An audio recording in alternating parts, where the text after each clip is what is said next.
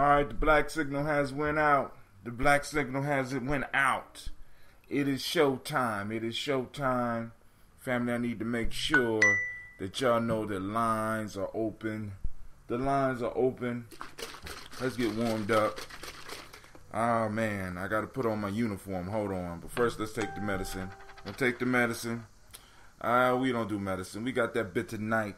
I be on that bit tonight. I be on that bit tonight. All right. So, we about to do this toast. I don't know. I'm out of the loop today. I don't know what's all going on today. So, hope I'm not stepping on nobody's toes. Taking that bit tonight. We're almost done with this. And I might be able to put up a review, or y'all will see the review. You know, I'm still alive. Still alive. I'm still kicking. We got 2 people out there. So, I need to put on my uniform. Let's put on the uniform. You know, all the Daily Toasters got their uniforms. But wait a minute. Something is wrong. Something is wrong. What's wrong? Hold on. So I go to my handy dandy Gye-Nyame journey calendar. It's Imani. You know what? I ain't supposed to have this one on. I'm supposed to have this one on. Hold on. Let me change it. Let me change. Yeah. We supposed to have this one on. Hold on. Let's see. All right. So we got to have this one on. Not that one. You know, because today is Imani. Right? It's Imani. And Imani is faith. The mnemonic principle today is harmony. The M7 is trust. The color is red. And the Hermetic law is gender. Male name for all those born on this day is Kwesi. And female, Akasua. Right? So, I have on the uniform dress of the day, the red. Yes, y'all. Great Imani to you as well, Brother Kwame. Shouts out to Sister CeeLo.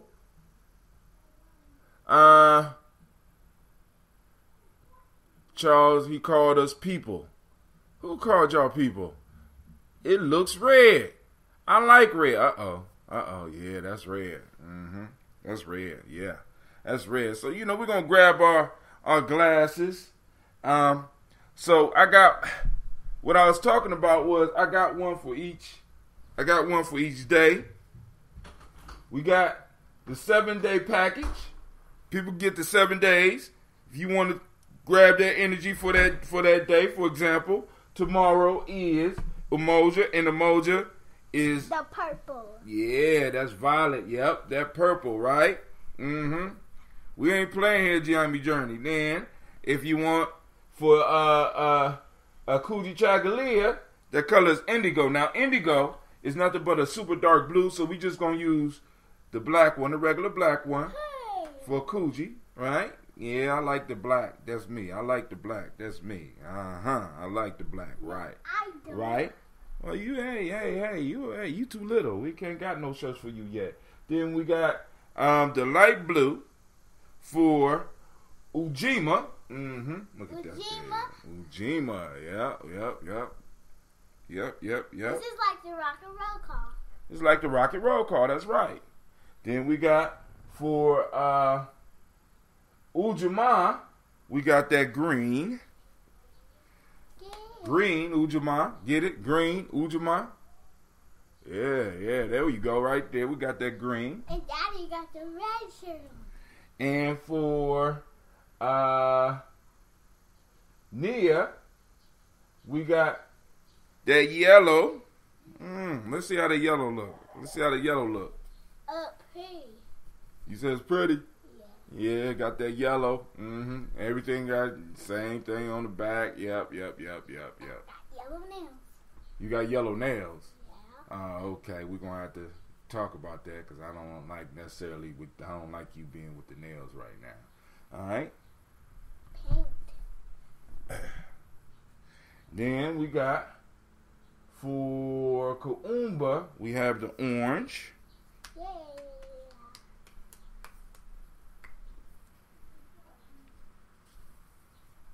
cool, but we got that orange. Got that orange. Yep. And of course. You already showed them that one. What? Which one? The purple. I did. Okay, cool. So we back to the red now, right? So now got that red one. So we gonna try to be toasting according to the days. I got my colors now. So I got two packages. We got the regular. You get the regular black. The regular black one. Give me one of those black ones out the bag, Gina. Okay. Thank you, my dear. I like how you flick that like that, right? Because I don't want to keep showing you my old one. This is the regular black, right? That's 15. Give me one of those pink ones over there. Okay.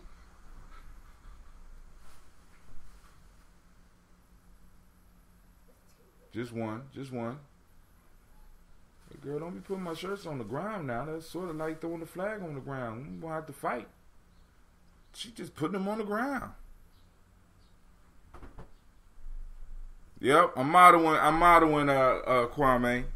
You know, we gotta keep those internet waves flowing because this is expensive. All right, look, we got the pink. That was started. This one was started by Sister CeeLo. You know what I'm saying? Because she like, I want pink, and what CeeLo wants, CeeLo gets, right? So we got those. The singles, they're 15. Now, for the red, black, and green package. Where that black one at? We got the red, black, and green package. Red. Are you going to wear the pink one? We got the black. And the green is in there somewhere. And the green is in here somewhere, Gina G. The green is down here, yeah. Red, black, and green package. I let all three of these go for 30. And pink. If you text me red, black, and green. You get the red, black, and green. All three of those for 30. And then, if you buy all seven, we do 65. I could do 65 for each day. You know what I'm saying? So, hey, it's on and popping right now. And, you know, hey. So then the pink just go by itself because that's CeeLo flavor. She started that. Everybody liking those pinks though, CeeLo. You hit on something. So, hey, he said the red, black, and green tie-dyed. Ooh. I want the red, black, and green tie-dye. Ooh. CeeLo, you know how to do tie-dye? I do. You know what I'm saying? Because, you know, me and Navita already got a strategic partnership now. You know, if you got that red, if you know how to do that red, black, and green tie-dye, girl, let's get it popping. I mean, like I said, it's all about entrepreneurship around here. You know what I'm saying? We got to start, you know what I'm saying? We need at least 7 streams of income. So y'all see the hashtag boss salad, right? So because I got, cause like I said, at that Marcus Garvey Festival, we will be eating a salad that has been created by our young people. So I'm very proud of them. As a matter of fact, I got 2 of them here. Clay! You and Idris, come here real quick. Let me scoop this back a little bit so I can introduce y'all to some of these. Because we ain't doing urban gardening no more. We trying to move it to the next level, urban farming, right? Because already Brother Hatim has went out. Because like I went out and I found another supplier for honey. And it just so happened that this supplier of honey lives in Canal Winchester. Not only do he supply honey and wax and all that stuff. I mean, I don't think they make the soap. They don't do the straws. They don't do this other stuff that the other people do. But what they do is they build hives. So the next step for us is not only to do the gardening like you see my young fellas doing. We are going to be doing beehives. I'm working on doing beehives. So I got to go on and arrange that because I got to figure out how I'm gonna have some beehives at the school. You know what I'm saying? You gotta be very, very, very strategic about that because you know the kids like to play with things that they shouldn't be playing with. So I gotta figure out how we're gonna safely have beehives at the school, which is definitely possible. Definitely possible, right? Huh? No, bees sting you if you mess with bees. If you leave the bees alone, they won't sting you. You know, but a lot of parents don't see it like that. They feel that their children can do whatever their children want to do, and I'm not on that. You right? So now we got two of the young farmers. Come on over here and get up in front of this camera real quick. Introduce yourselves. Well, they gardeners right now. We ain't officially farmers yet, but go ahead. My name is Cleveland Brown. All right, go ahead. Y'all go sit down. Go sit down. I ask the question.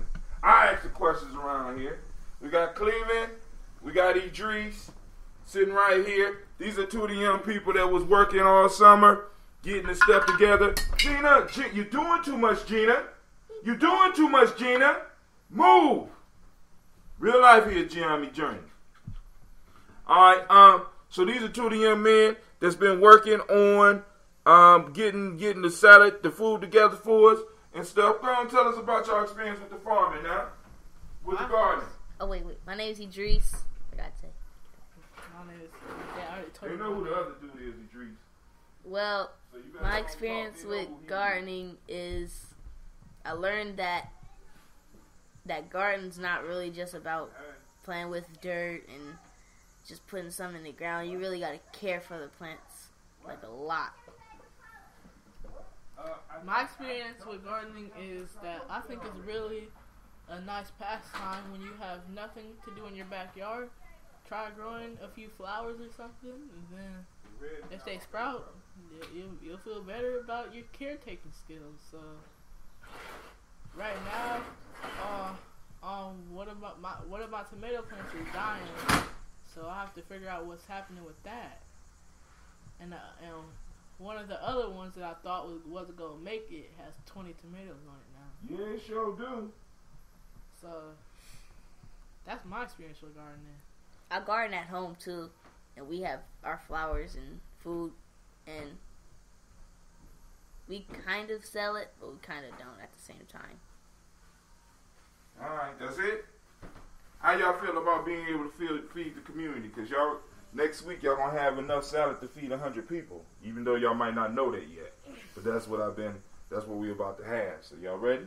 Yeah. Yes. All right, we'll see. I think it'd be really cool. You think it'd be cool? Yeah. I'm ready to meet 100 people. You ready to meet 100 people? Well, you be there next Kuumba. Did I say the day? Okay.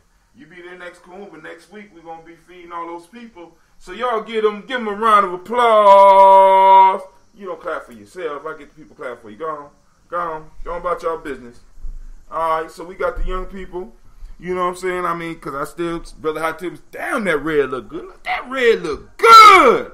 Oh, man. I'm hyped up. Let me see. Past time that we can feed our sustain. That's right. CeeLo is proud of you guys. Hello, gentlemen. Leave Gina B. Math torture on the money.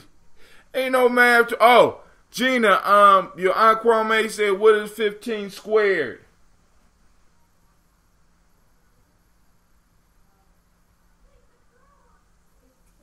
15 squared. 15 squared? No. 225. We'll show you how to do it. Don't worry about it. Kwame good at teaching that. He's going to keep on asking you, and it's going to be natural to you. Let me see.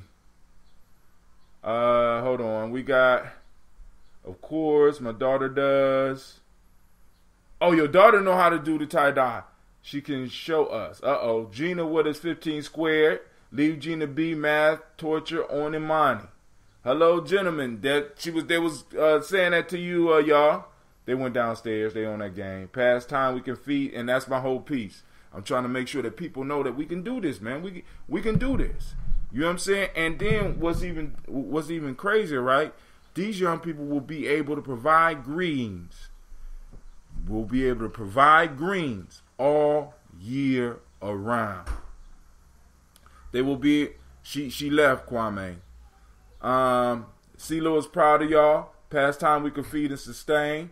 Cleve and Idris BPOD.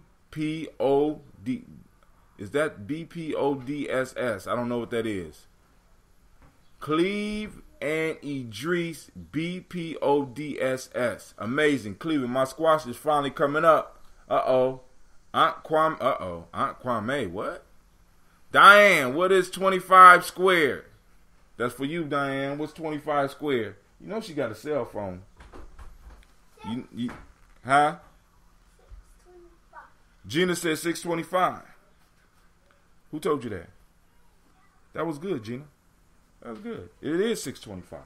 All right, so family, get your water. Let's go and do our little, let's get this water thing popping off. First up, I want to welcome you to the congregation of the mighty. This is Gye-Nyame Journey Media. I need to let you know that the lines, boss. It was, okay, boss salad, right? Boss is what it should have been. Okay, cool. All right, family. This is the Daily Toast. This is a Heart of a Simple production. I need to let you know the lines are open. You know, of course, we strive to blow up your old paradigm.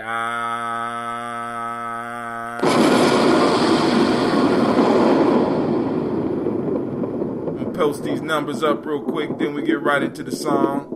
Call in line. Come on now, call in.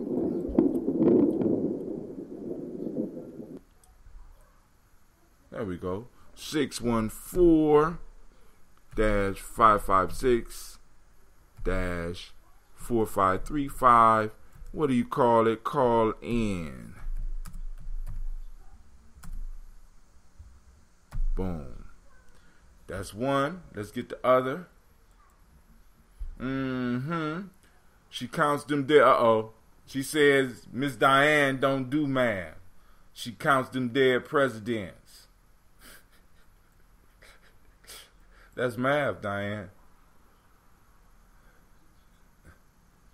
Oh my God, that's math, Diane. I just want you to know that's math. You got, you don't have to square it. But hell, I would love my money to square on a regular basis, grow exponentially. That's what I'm striving for. 614. This call is being recorded. 556. Who that? CeeLo. What's up, CeeLo? What's going on? You cracking me up today. You going so fast, you ain't even listening to yourself. What'd I say? You called Kwame Aunt Kwame. I did. I didn't call, did I? I apologize. Hey, I'm just waiting. I'm just rolling up,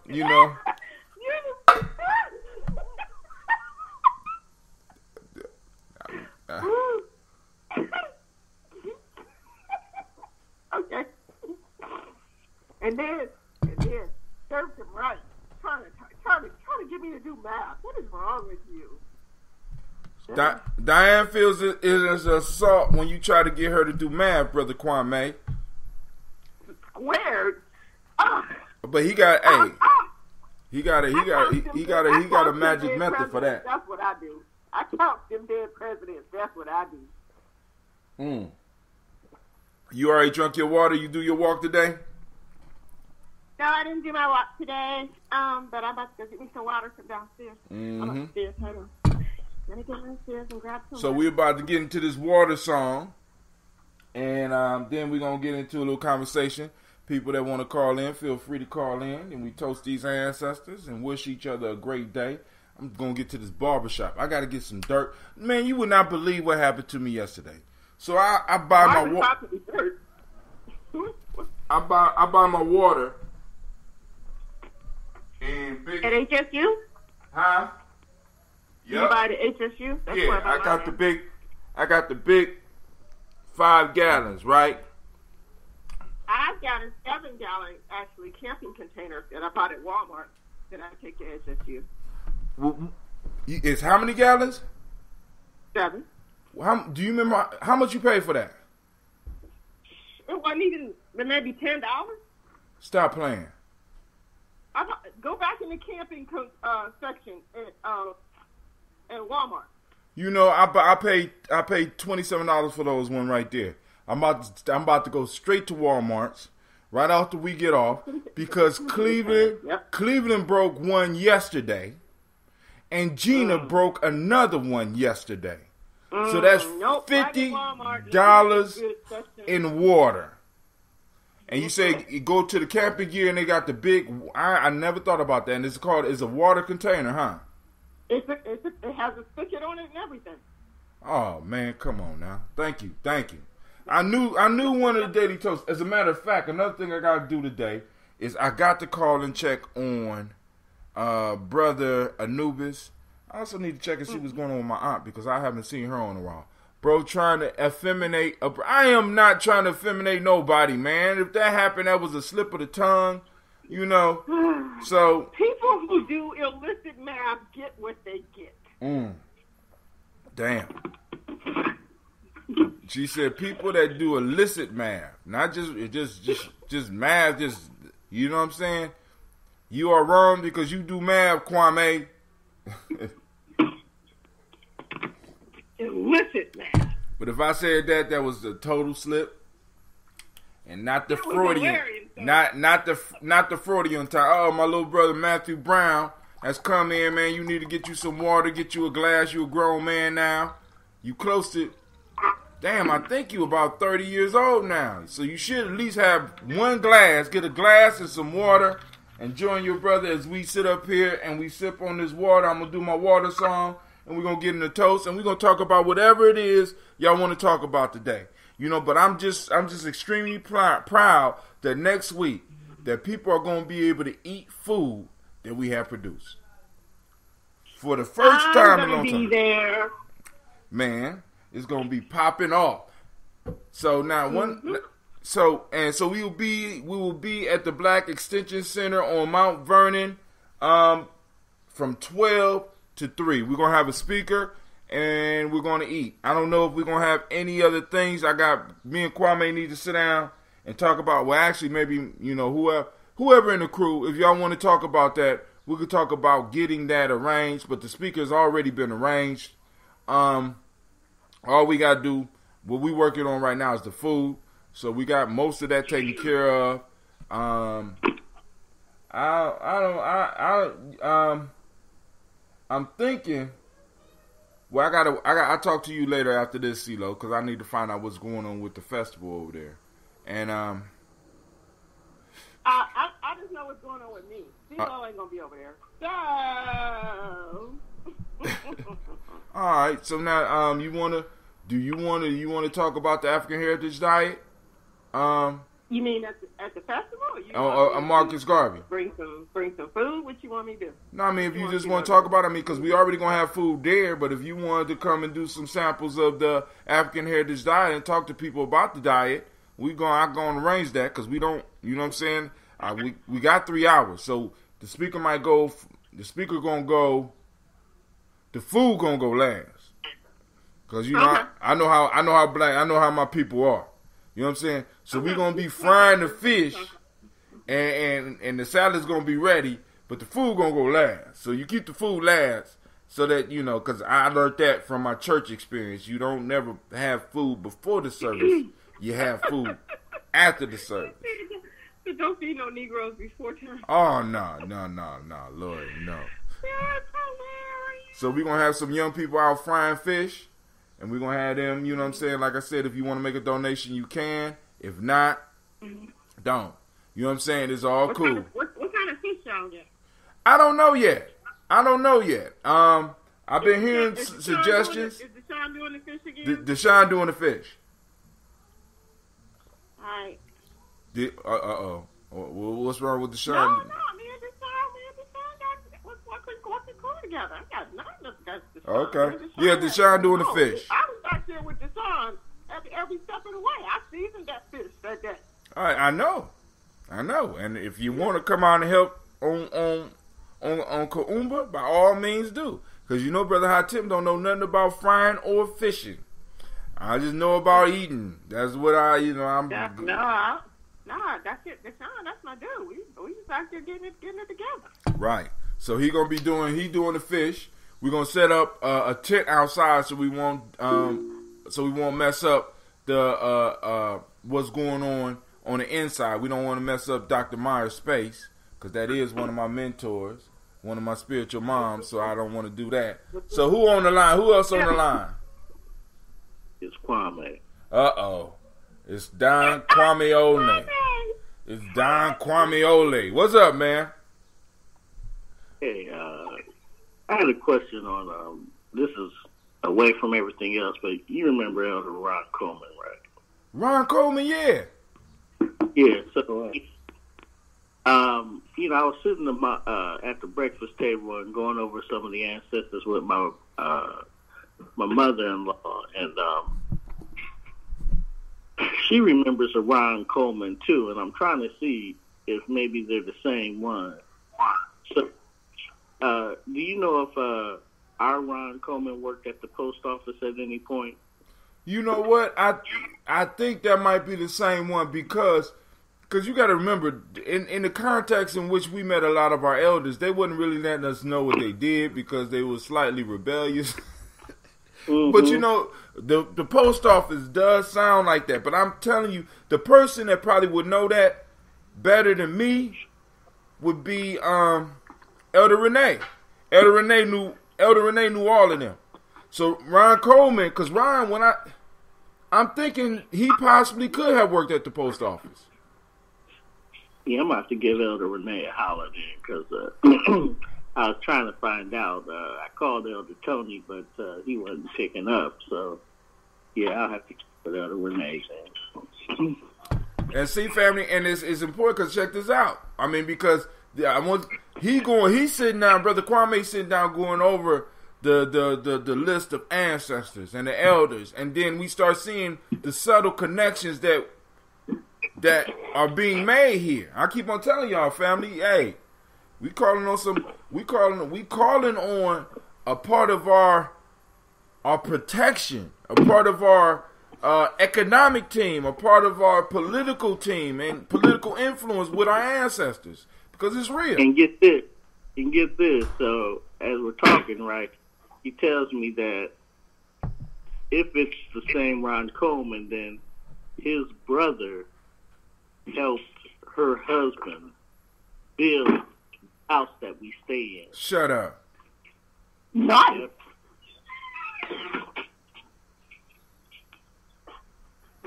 Man, get out of here. I mean, so wait, hold on. So you're living in a house that was built by black men? Built by Charlotte's father, and he employed Ron Coleman's brother to help lay the brick, the foundation and stuff. Do you know what?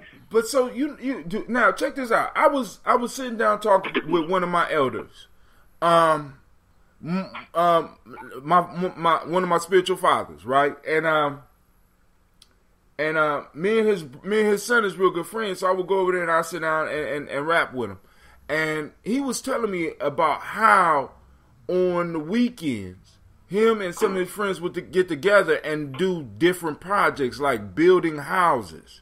Now, what's crazy is when you bring up Ron Coleman working at the post office, right? This elder worked at the post office too.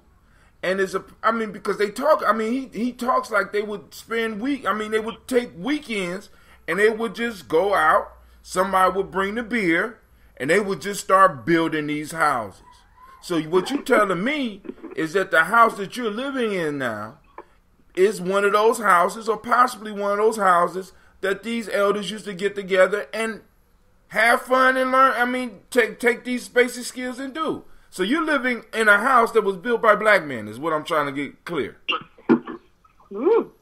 Absolutely. Man, listen, y'all. Listen, and a lot of these houses, man, see, we done lost some skills. Wasn't my fault. We ignoring some skills. Because I know there's some brothers out there that we possibly get together and throw together some houses out there. I know there's some brothers with the skills out there to do that. You know? So, I think if they was able to do it back then, we should be able to do it now. Do it now. So, but yeah, Elder Renee probably would know what Ron Coleman did. But I definitely remember Ron Coleman. And also, but he's in Ghana. Somebody else that would know is Elder Simba. If he's still here, he might still be here. Elder Simba would know. You remember Simba? Yeah. Yeah.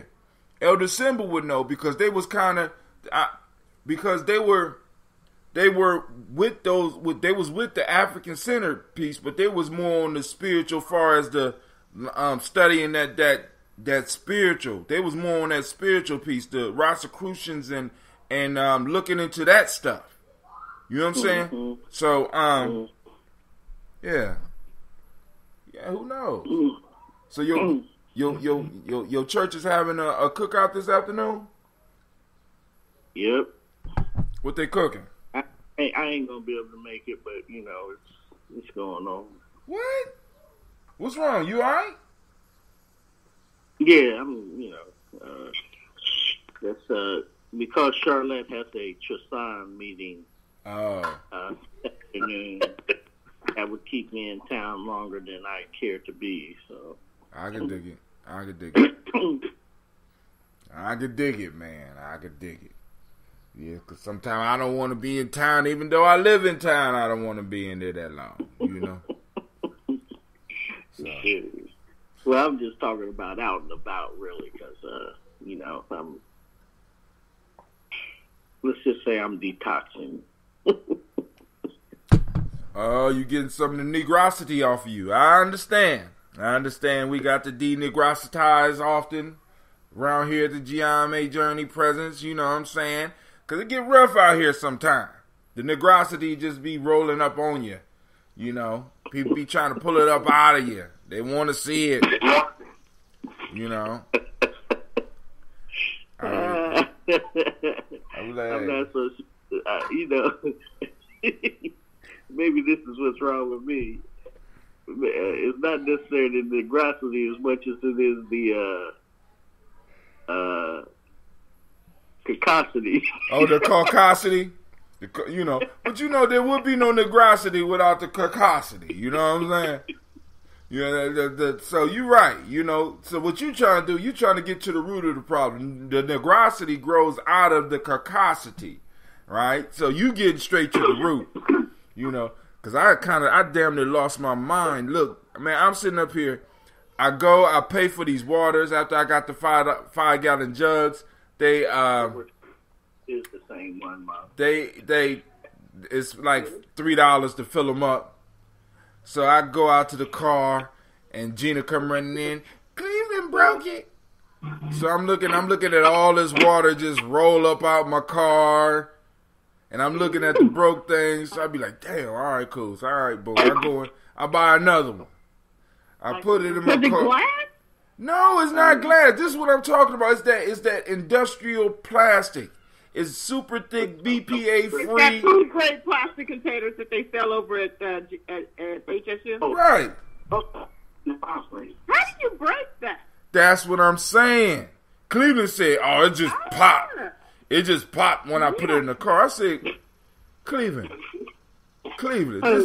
this is an impact. This is an impact right here. This shows that you slammed the damn thing down trying to play. In some form or fashion. And, and I could be wrong. Maybe it was defective. Cleve said it was defective. I said, Cleve, we done used this about 15 times now, right? But it's defective now. Okay. So... And I was cool with it, so I went and bought another one. So I stopped to go get do these shirts, and Gina playing around the bottles in the car, and I say, Gina, don't you jump out this car and knock my bottle down. 30 seconds later, Gina jumped out the car, taking the bottle with her, and it breaks. Man, I damn near lost my mind. I said, that's $50 in water. That's over $50 in water. So CeeLo, they'll let you walk in with that container from from Walmart. Absolutely. Oh, okay. Absolutely. I fill it up at HSU all the time. Have done so for years. I have one of their 3-gallon refrigerator containers with the spigot on it that I fill out of that one, the bigger one, because the bigger one would take up too much room in the refrigerator. So I have one of their 3 gallons with the spigot on it in my refrigerator, and then I keep the bigger one in the closet off my dining room. Okay. I'm going to Mm-hmm. Walmart's today Praise the Get Lord. you a camping container? Yeah, I'm about to give me a camping container. Mm-hmm. Yeah, you like to get two for a family your size. Exactly. I just have the one. Well, you know, I use my I use most of my water for the ambrosia, because I'm about to start brewing again. Right, okay. But yeah, that's what we use for drinking water around here. But yeah, but if I could get that, you know, because that's one of the things that stopped me from, because we've been getting those bottles, you know what I'm saying, other than for doing the show. But I guess I could use that for the show. I kind of like the stuff that's in spring water or that artesian water. It's got a little different taste, that, you know. But hey, so we're gonna skip right past the song today. We ain't gonna sing the song. We're gonna skip the song. Well, I mean, I'm just trying to. All right, hold on. I'm gonna do the song. We're gonna skip the song. All right, cool. We ain't gonna skip the song. All right, we ain't gonna skip the song. I'm almost done with my water. But hold on. Back me up, Brother Kwame. When you go to church and they don't do devotion, what happens? That is not how you do things. All right, here we go. Hold on. Them old deacons got to get up there and do that devotion. So, family, I want to welcome you to the congregation. We need our call. There we go. This is Gye-Nyame Journey Media. I got it. This is a Heart of a Simba production. And, of course, you know you are joining us for the Daily Toast. And since I got on my red shirt today, we strive to blow up your old paradigm.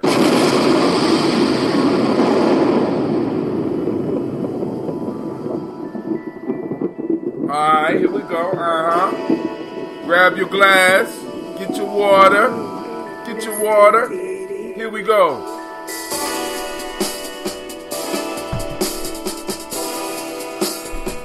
Drink your water. Come on. Drink your water, but first, take your breath and drink your water.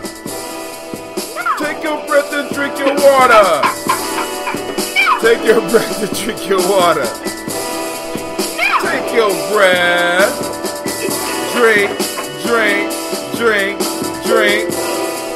Or should I say, breathe, then drink.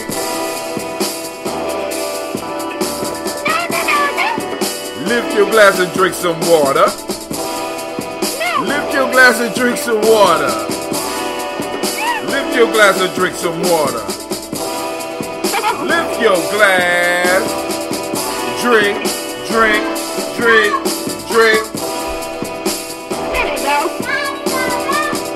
Lift, then drink.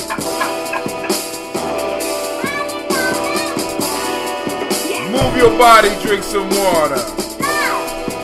Move your body, drink some water. Move your body, drink some water. Move your body. Drink.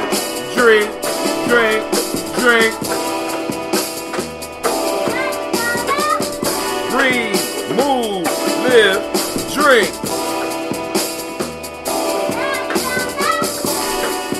Raise your glass and toast your ancestors. Right now, raise your glass and toast your ancestors. Raise your glass and toast your ancestors. Raise your glass. Drink.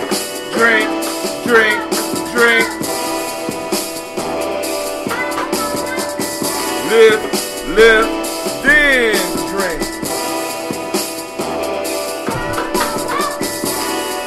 Take your breath and drink your water. Lift your glass and drink some water. Move your body, drink some water. Raise your glass and toast your ancestors. Breathe, live, move, drink. Breathe, drink, eat, move. Take your breath and drink some water. Move your body, drink some water. Lift your glass and sip some water. Raise your glass and toast your ancestors. Break down. Alright.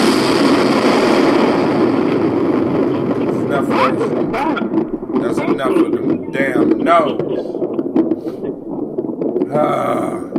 So. It almost not normal anymore without Gina in the background. Oh God! Don't do that. Don't. We need that. Don't. You got her jumping around. You got her jumping around, thinking she a star. She adds value to the show. Man, Next thing you know, she gonna want a check. I ain't on all that. I ain't on all that. We ain't selling enough shirts for that right now. Once we get to getting more shirts and books out, then we go on and start hyping her up. But right now, we don't need you. Oh, okay. She adds value to the show. Lord have mercy. I'm gonna be Gina's agent. I'm representing Gina.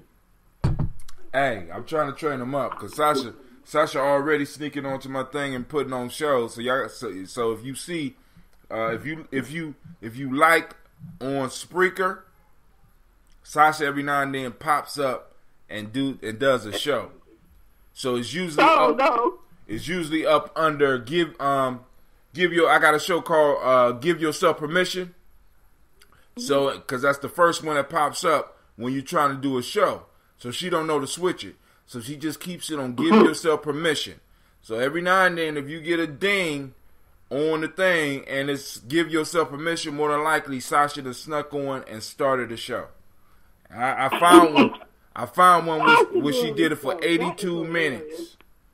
82 minutes sitting in front of it just talking to it. Like, oh my God. Go Sasha. Go Sasha. Nah, I gotta watch that because children's services out there. I gotta watch. Y'all in the hell. That's all I need to go viral with my child doing something inappropriate. Dad's got a nation and a tribe. What the heck's going on over there?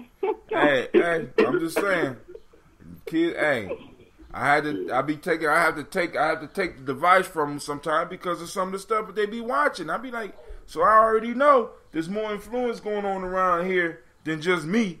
So I'm just like, hey, I'm blaming it on the world. She get caught doing some craziness. I'm blaming it's the world. God damn it. We gonna be caught. Keep on messing with me, we gonna be Amish. I'm not playing. I got connections in the Amish community. I heard they got gangsters over there, so I might fit right in. The Amish gang? Oh no, they got a show on TV called Amish Gangsters. Breaking Amish. Oh, okay. Amish Gangsters. You know what I'm saying? But Gye-Nyame, we can't live. We gonna have to, we can't do that Amish thing. Everybody's going gangster. But go ahead. Do you remember that story where one of the Amish, I guess he went outside the community to handle business, and they busted in on him, shaved half his beard off or something like that? No, I didn't hear that.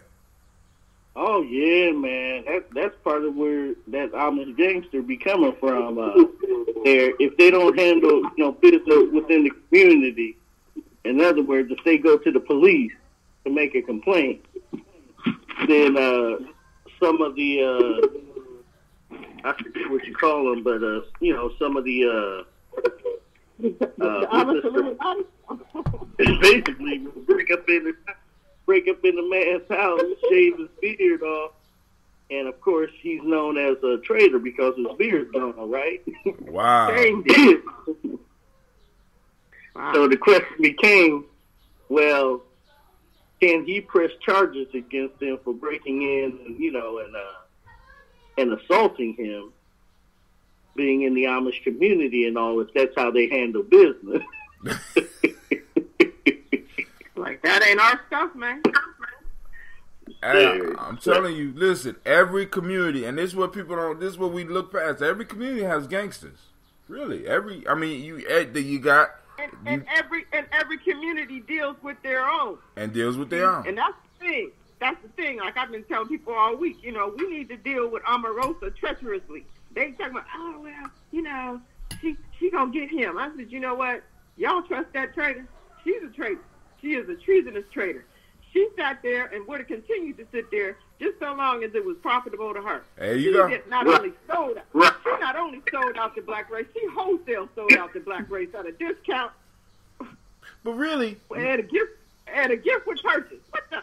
No, she got to go. Let me ask a question. What did she sell?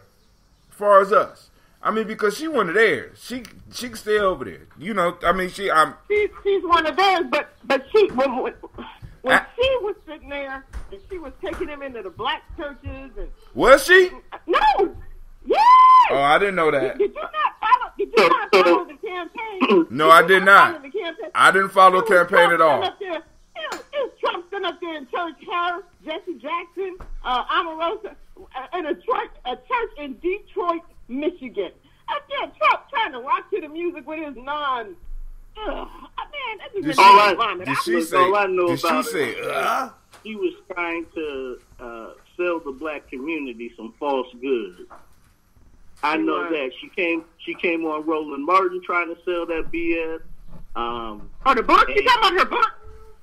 No, he talking about some other stuff as far as the campaign or what Trump would do for us. Trump would do for us. She came on Roland Martin and other areas trying to sell false goods. She was making claims that she wanted us to buy that she had no evidence for. And it was clear she was, at least, I can't say it was clear on anything. All I can say is that every fiber in our being was telling us that she was fabricating mess. All right. So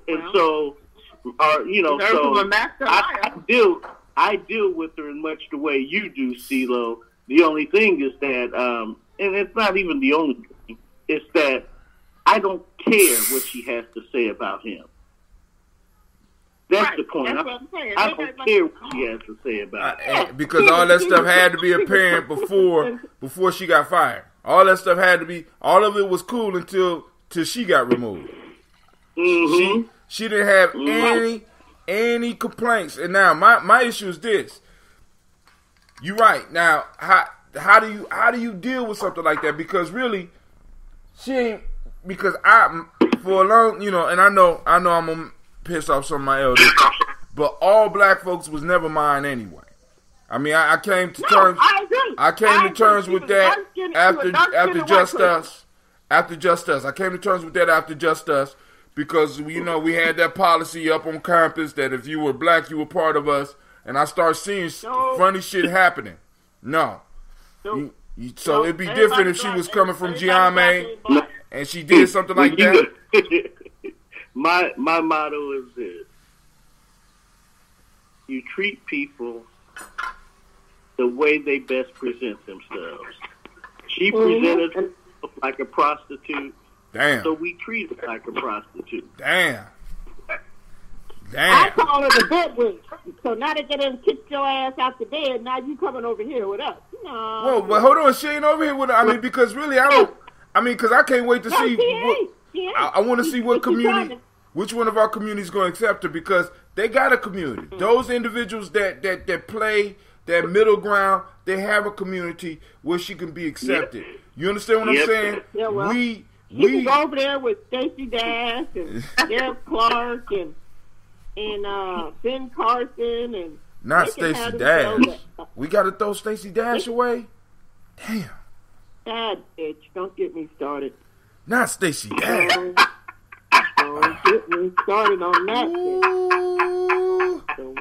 Kwame, Stacey. Oh, we got to throw Stacey Dash away. I don't give a damn what she looks like. I don't know. Oh no. He might as well be blonde haired and blue eyed. Stacey did not. Do we got two CeeLo? Stacey Dash got to go. Y'all got to help me out. Who the hell is Stacey Dash? Boy, she was in the movie Clueless. Do you know? Do you remember? Do you remember? We was somewhere together, and you was eating some greens. And they was good, and you was moving your fingers around on that plate looking for the rest of them damn greens. It was that good, you know what I'm saying? That's how Stacey Dash looked. Like those greens tasted. You know what I'm saying? It's just like, she just, Everything that looks good ain't good. I agree 100%. I agree 100%. To the absolute core. I'm just She saying. is a white supremacist, white loving mother. Ugh. She a dark skinned white person. I understand. See, and they got their own community. Look, man, look, bro. Ever since I was young, I learned beautiful women were a dime a dozen. They really were a dime a dozen. That's how many beautiful women there are. For a dozen. I don't know if they're a dime a dozen. But you know, they're a little but when bit I more saw expensive than Charlotte, that. man, for the first time, that's why I'm blind today, man. Cause you met Charlotte? Yep. Can't blame her for that shit. It's because of the thoughts I had when I seen her, man. God damn. What What kind of thoughts would... Wait, please clarify so this brother can avoid them thoughts. What? I think you've already crossed the line. Damn, I knew you was a freak. I knew he was a freak. He is blind as a result of freakdom. God damn, Kwame. Woo!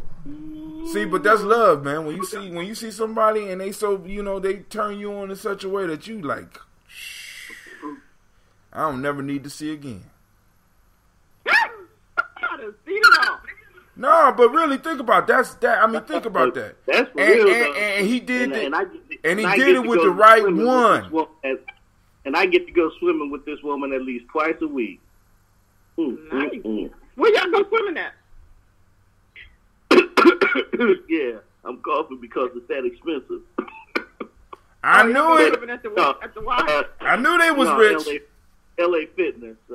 It's around the corner. It costs a lot of money to swim there. Yeah, Gina. Gina thinks she could swim now. It would be too much time trying to get to and from. Right. Yeah, you live way out. That's right. Yeah. But I'm glad you're doing something like that as far as the fitness, because that's a total body exercise. Total body. I just part of the can't do it. It was chosen. I can't do it. So. Yeah, my daughter can swim like a fish. I can't swim a stroke. I might be. I can do the doggy paddle. That's about it. For some suggestions on how to improve my technique. I mean, I can swim, but there's some things I want to work out so I swim more efficiently. Right. You sound like you might be trying to get ready for Iron Man or some shit like that. Since you trying to get all efficient. And I have a nephew. Now he was in the Air Force, and he's living overseas right now. But one time he came home this past summer, earlier in the summer, and his wife, and his mom were going to take part in that race where somebody rides for so many miles, somebody swims a mile, and somebody runs like 5 miles or something like that. Right. Well, he was the one who swam the mile, and I was like, "You swim what?" How many miles? It was a mile. Is that hard? Man. Listen, I don't know. I'm not a swimmer. Last time you went swimming? No, man. Damn. You trying to get personal? No. Next time you happen to get into a pool, especially if it's a pool that has what's it called? That where you can swim laps. Yeah. Okay. Well, yeah. Now, you're right, because I have tried to swim one of those and I couldn't make it. I'm a horrible swimmer though. You get these professional swimmers who they go back and forth and swim 4 laps like it's like you're jogging 100 meters. Right. Well, let's just say the more fit you are, the more difficult it becomes to swim because you don't have the buoyancy as someone has a little more fat on them. You know what, Kwame? That might be one of the issues I have with swimming because I don't even float, man. I mean, people they will be trying to teach me how to swim, and because I have been athletic almost my whole life, whenever I jump in the pool, I go straight to the bottom. I mean, straight to the bottom. You know, one of the first things I would do whenever I get into a pool is I test my buoyancy. And, you know, right now I'm fairly buoyant. But fairly buoyant? How do you know if you're not buoyant?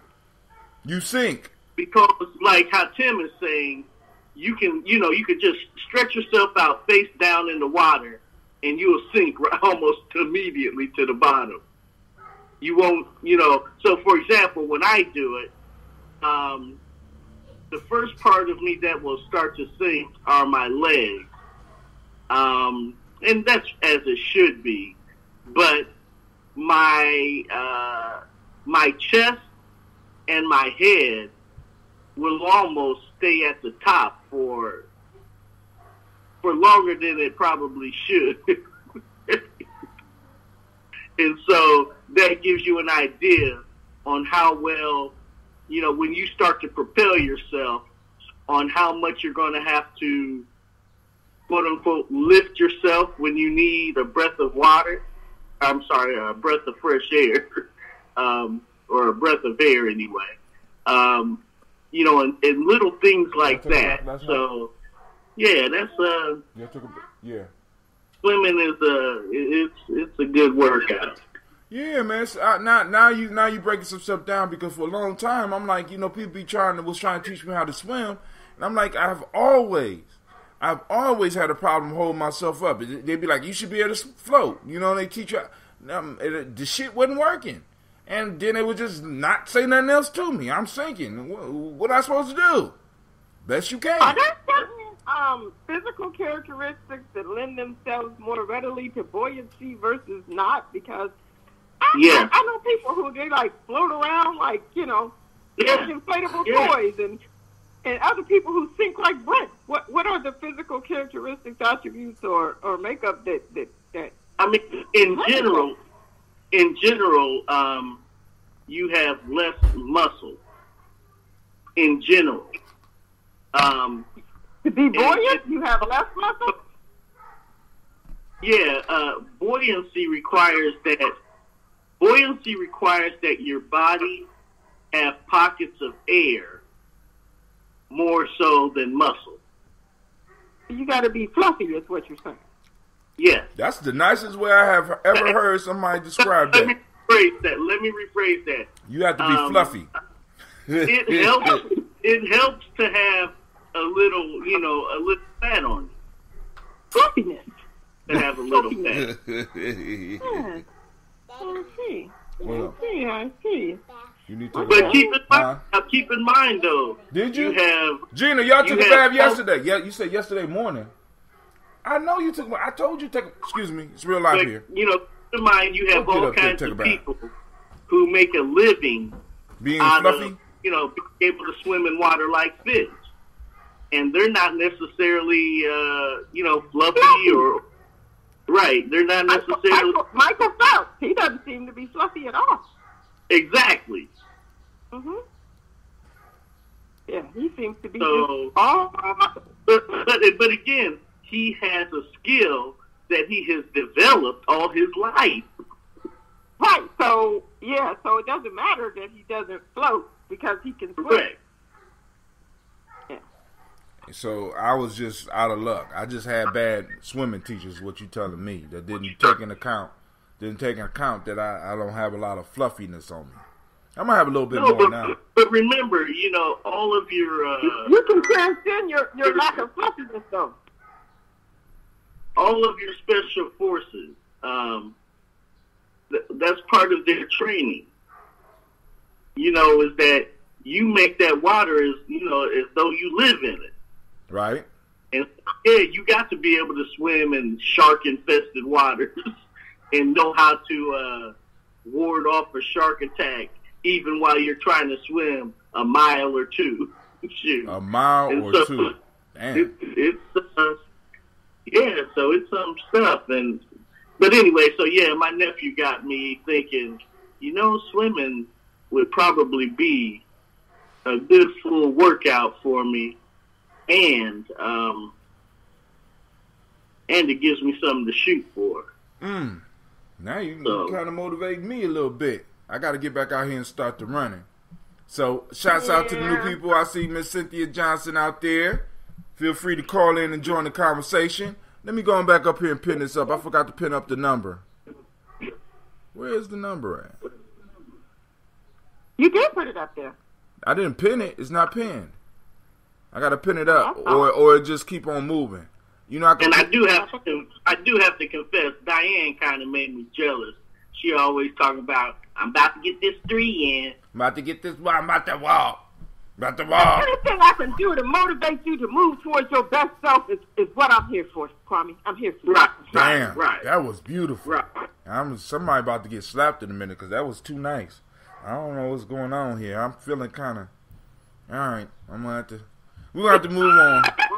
You can't deal with them being nice to one another. When these two start talking nice to each other, I got to move on because something dastardly about the pop go off. Something is awry. Right, something is wrong. We can never negate one another's being. That's right. Remember? That's right. We got to praise each other's being. Praise each other's being. Never negate. We don't praise Kwame into right behavior. That's right. So what we're going to do is we're going to toast these ancestors so I can go and get these boys to the barbershop. I need to go get the dirt. But first, I got to go to Walmart's. I got to get some dirt because Look, I got to serve as a reminder, you really need to call Brother Anubis, man. That's see true. What's going on. That's true. Mm-hmm. That's true. Actually, I can call him right now while we all on the phone. I should do that right now. Yeah. Give the brother some love. Right. Let's see about calling Brother Anubis. Let me see. Hold on. Let's see if we could do this. If he in my phone book on. At the end of our my libations and stuff, I always like to say to the nectar, let us be the answer to our prayers. And so rather than praying that somebody call Brother Anubis, let us be the one. All right, hey, let me, it's acting funny. Oh, here we go. Let's try that. Let me see if he on here. Anubis. Uh-oh. He not in there. I wonder why. Anubis. Anubis isn't in your phone book? Maybe you wiped him out like you did Brother Shaka that time. No. He should be. Let me see. I had Uber Conference call him if he's in my phone book. But we'll see. Brother Anubis, if you out there, hit us up at 614-556-4535 because he said he needed some of this bee pollen, but I don't want to send him the bee pollen from Ohio because it might not help him directly with what he got. So, but also, damn, all right. Let me see if I can pull up his number real quick. Sasha and Gina, I need y'all to stop touching my pens. So, Facebook, you're going to disappear for a second. I will be back to save you. Hold on. We're going to get Brother Anubis' number so we can call out. Hold on. Phone book. Anubis. Anubis Kane. There we go, right there.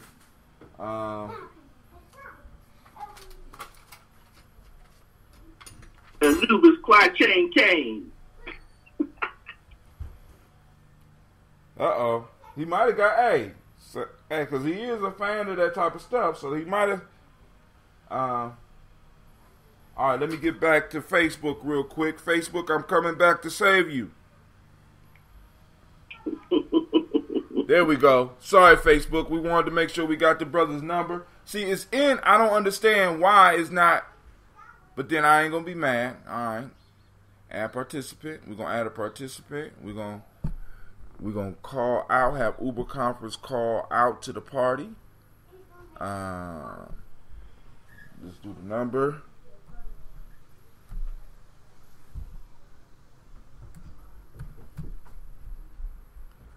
Y'all know we care here at Gye-Nyame Journey, so we building. Because I also got to call my aunt because I haven't heard from her in a while. And so I just sent the call out. We're going to see if he pick up. And if not, I just call him afterwards. Because you know he kind of a private dude. So call and see what's going on with him. Because I might just need to send him a SCOBY. I think that's what I'm going to need to do so he can start brewing. Because he said he been laying down for 6 weeks with a cold. And now the piece about that is because I had a partner this was years ago. And we was at a Simba reunion. And he usually took the lead. But he was talking about, I got the flu. I feel like I got the flu. And he got real sick that night while we was there. He came to the reunion anyway, and he got real sick. He's like, man, there's nothing but flu. Don't worry about it. I'll get over it. So the mother of the mother of the nation, Miss May Helen Jackson, looked at him and said, "Nah, dog, you about to get up and go to the hospital. So you ain't gonna sit up there and tell Miss May Helen no." Why you got all these Simbas that's been eating? She been coming cooking for the Simbas for the last 15. You're not gonna tell her no, right? So he get up, they take him to the hospital and find out that he had diabetes, and he immediately had to change because because immediately he didn't know, he didn't understand, he just thought he had a cold because he was weak, he was sweating, he was. You know what I'm saying? And it looked like he had a cold. You know what I'm saying? But when they got over there, they found out that he had diabetes. You know what I'm saying? So, look, bruh, I was almost in a diabetic coma before they found out I had diabetes. And I was laying up in the hospital, man. Wow. Yep, diabetes can take you out of here. So, I mean, how old was you when you found out you had diabetes? 10. Okay. And they couldn't figure out what was wrong with you. Yeah, because it was, first of all, I was in Marion, Ohio, and the only thing that probably helped out a great deal was that they had a doctor who came in from Columbus who was a specialist in diabetes or endocrinology. And they called him in on the case, and, and he figured it out fairly quickly. But I don't know how long I had been in the hospital before he got there, because I was, like I said, I was out of it.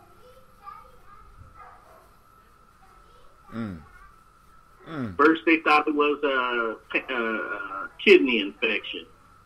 So they're giving me medication for that. I'm throwing that up.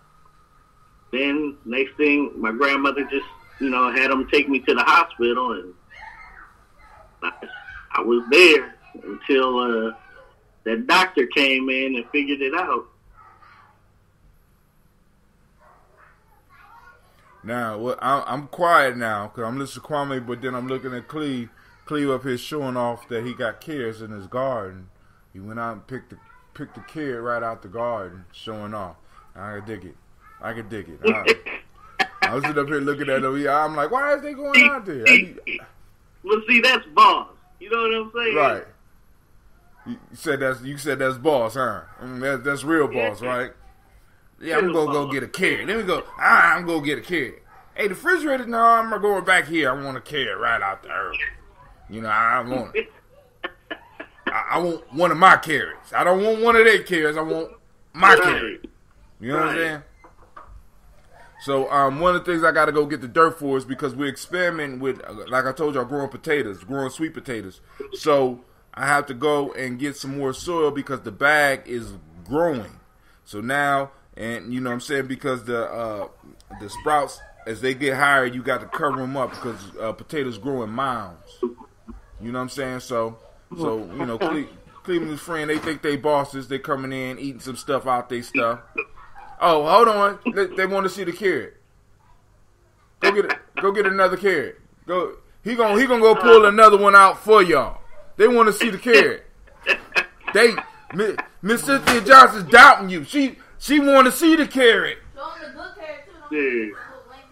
I'm with her. I think those ain't even carrots out there. I think those is weeds you eating out there, man. I don't believe that that's a boss carrot. I believe you bought that at Kroger's.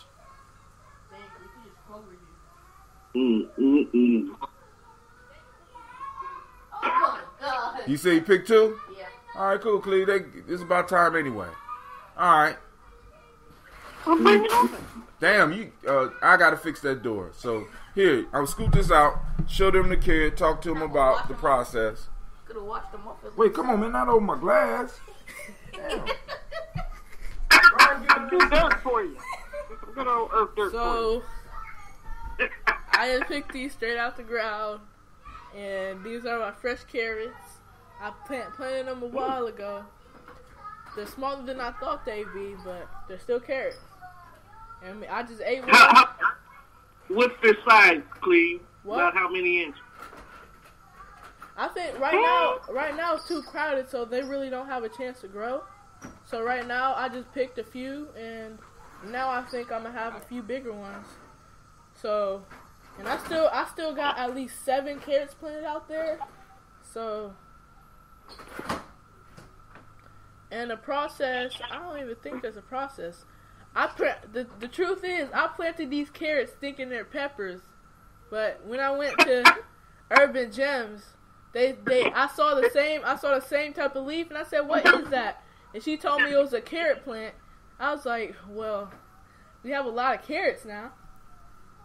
And I told my dad they were peppers. He thought they were peppers too, but we got Don't put me in that foolishness. I knew what they were. No, you didn't. But because I thought they were peppers. Hey, is that pepper plant still out there though? Yeah. It's on that side. Hey, that carrot was good. All right, y'all see it? Yeah. Oh. How many you pulled? 2. Okay. They can see it? All right, they throwing up love. Now go and wash them off so they can see what they look like. Damn, Cleveland. So we got our young people doing big things, and like I said, next year we're trying to work up on getting the beehives. So next year might be the first year that we actually, well, maybe about 2 years, it'll be the first year. She said, my grandson enjoys veggies, growing and harvesting as well. That's what I'm talking about. We got more than enough young people. Because one of the things I'm talking with Cleve about is moving from urban gardening to urban farming. We got people, all of us, we got people in our networks that have yards that they're doing nothing but growing grass. You know what I'm saying? If we was to get a group of our kids together, our children together, our young warriors together, and get them out there to start, and they start learning, and the ones that really love what they're doing, to start doing yards. So instead of you just getting nice landscaping on your property, we have young people growing food. You know what I'm saying? That they could take to the market, that you could sell, and they will pay you rent by either you paying you for your space and the use of some of your water, or you get a piece of the harvest. Whenever they pick stuff, you get a portion of that. You know what I'm saying? And we will be able to, because the next goal, after doing this ball salad at the Marcus Garbage Festival, since we could grow greens all year round, the greens that's going to be popping off at Kwanzaa, my goal is, go ahead, show them the carrots. Carrots. All right, thank you, gentlemen. Shouts out to Miss Navita Nelson. Somebody else is up on. Hi, shout out to Miss Navita Nelson. What's up, Miss Navita Nelson? What's up? Yo. Yeah. Huh? I'm listening. Oh, I'm mad. I took a little nap and I tuned in late, but what I missed as far as I see Cleve came in on the gardening side of the game, and I was just wondering if y'all had any plans in expanding and doing just like a youth garden somewhere in the city, or Hell with a garden. We need a farm. Shouts out to Miss Stephanie Jackson. I know somebody who may have a space to start out as far as a youth garden, aside from just at the school. But I think that would be something that's good, and you could probably even get some grant money for, because I don't know of any in the city right now that has a garden that is ran by youth. Well, we got one. And we get to brag about it, because next week we going to eat salad that's straight from them. God damn it. Y'all, I'm excited, man. I'm excited because this will be, I don't know how long it's been since we've been able to eat from our own hands. Period. So other than that, and like I said, I'm so tempted to call the elders and be like, yo, man, we need some fish. And I don't want to buy it from the stores. And we got plenty of elders that like fishing.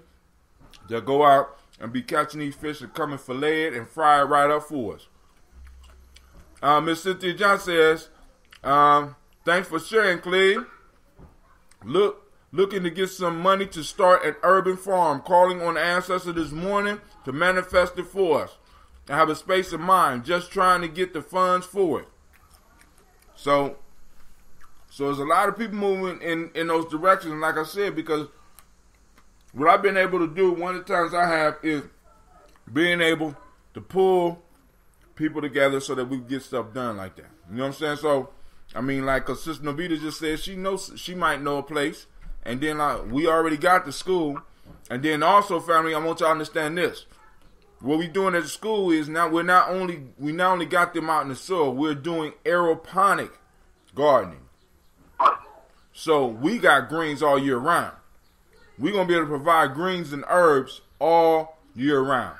Now, beets and tomatoes, we might be able to do tomatoes. We're still trying to perfect the process of doing the tomatoes on the towers. I'm going to experiment a little bit because I got an idea, because I know why they're not fertilizing now. But we're going to move. We're going to be able to do some big things. So we're going to have we got about maybe 12, let's say 10, somewhere between 10 and 15 towers in the school now. I'm going to try to work on getting some more and some other stuff that we're working on. But what I'm trying to get beyond just the gardening. I want to get to a point where our kids are able to provide a staple. Once you have a staple in your community, you have something to build on top of. You know what I'm saying? Something that you can trade. You know what I'm saying? Something that you can put borders around. Something that is the foundation of a nation. That's why territory is the very first thing. Territory. Because on territory, not just because right now we got territory on the internet, but we can't grow no food on the internet. We can produce an economic life, but we can't grow no food. Every people have to be able to provide themselves with some food. And I'm saying, hey, starting next week, I'm gonna show that we can provide some food. You're going to be able to taste it for yourself, right? Then on top of that, some of the salad dressing, because I'm bringing some of that ambrosia salad dressing. You know what I'm saying? So those of you that I want to you give me some stuff so I'll make some salad from that, and I'll make some different versions of that ambrosia salad dressing if you bring me some. Oh. All right, Navita, you ain't said nothing but a word. I got a little bit I'm the salad dressing queen, baby. For real? All right, so I don't buy dressing. That's all I do is make salad dressing, so I make salad. I know, right? I make a champagne vinaigrette. I make a balsamic, fig infused balsamic dressing. Oh yeah. So we'll need both of those, all of those. CeeLo. I know we at least need a vinaigrette. Right. I know that. So, now, CeeLo, I'm surprised then that when you taste the ambrosia, the mature ambrosia, you don't see that's that vinegar. I know that it's vinegar. I'm using. No, it's not. No, stop. It's not vinegar. It goes to vinegar. You better watch what you say about them fighting words. Watch what you say about me right, shit. What I'm gonna do is get me right. what I'm gonna do is I'm gonna go get some of that mature ambrosia. I'm gonna bring you some so that you go and experiment with some salad dressings, and then I can bring you a regular bottle so that you go and hey. Okay, we can definitely do that. I'll make some stuff for you to have for the Marcus Garvey Festival. Oh shit! I'm about to give you a big bottle. I gotta go. Matter of fact, hey, what's up? If you could come, I got some food. We'll talk off the air. I don't like talking personal conversations on the air. People don't want to hear our personal talk, so I'll talk to you off the air for that. Thank you for taking that into consideration for the festival. So we can discuss that off the air. But now that we are moving on past the recent, I don't even know what to call it. We got a movie night coming up now because I can get back on with that. So I just want to remind everybody within the next week, we should be able to come up with a date for the movie Dark Girls. Hope everybody show up. Brother Kwame, Sister Christine. And I'm just improving on the concession stand. I'm trying to tell y'all, one of these nights I'm thinking about we're going to do a whole, like a dinner theater type thing where we'll have full-fledged food so you could just come bring the family, eat for a reasonable price, and watch the movie. Get the wines and things like you.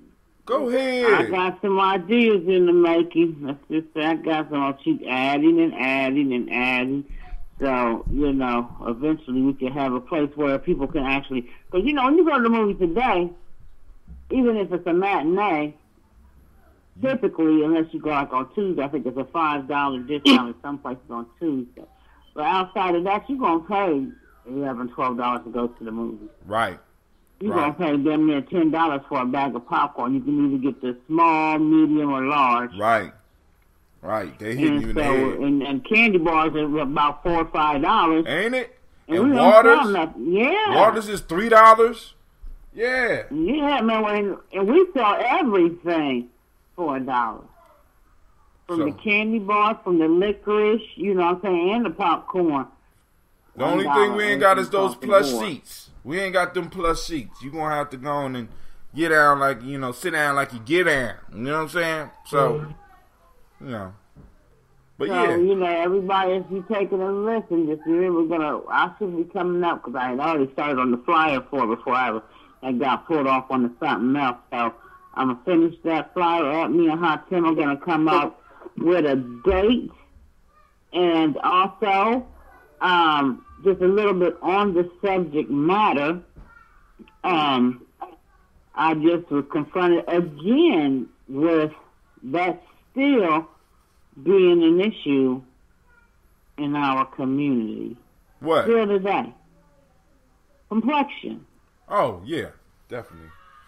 Being an issue still today in our community, and how it can be, especially amongst the sisters, it can be, it definitely can block our unity amongst sisters, because I've experienced it myself, coming up as a light-skinned sister and being picked on by the darker-skinned sisters because they felt like we thought we was all that, or the boys would say things like, I got to have me a red bone or a light-skinned chick, It's just, making the sisters feel bad on themselves as a young, I had a friend of mine, her name was Bernadette, and she was a dark-skinned sister growing up in Chillicothe, Ohio.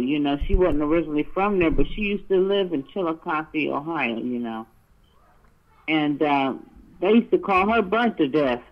Damn. Yeah, they Burnt to Death.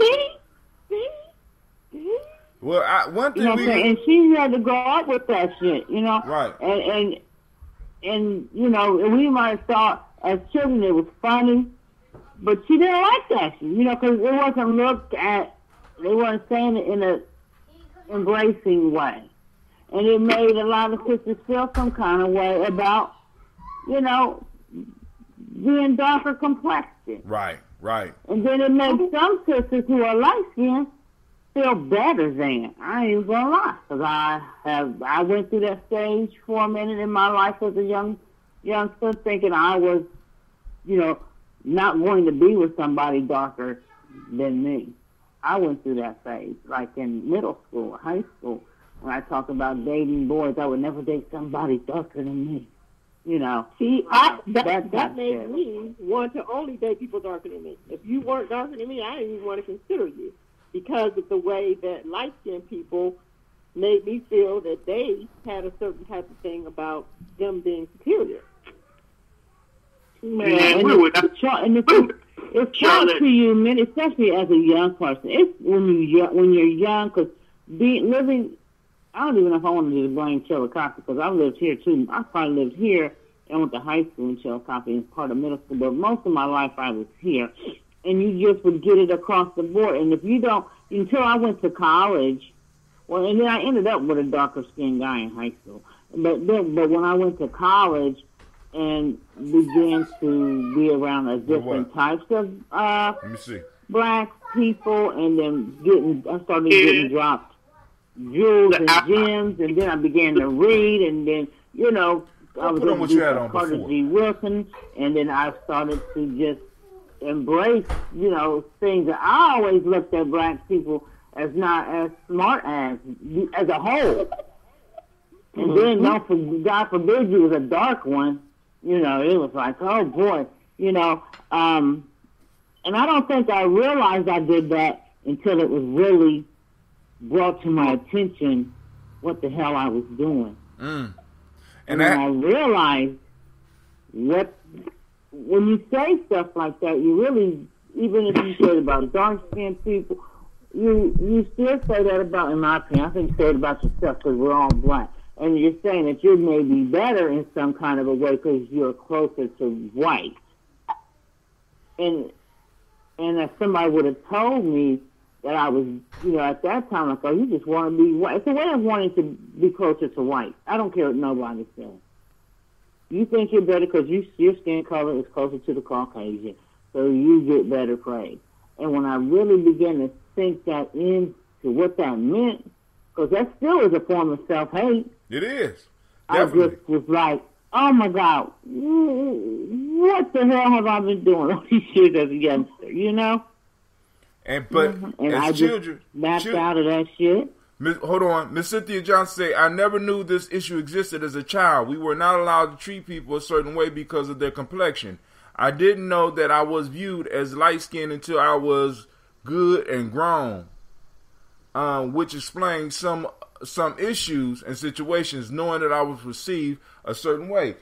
I mean, this is a real conversation that we have to that we need to have. Not that, because some of us has gotten over it, but we all go through something.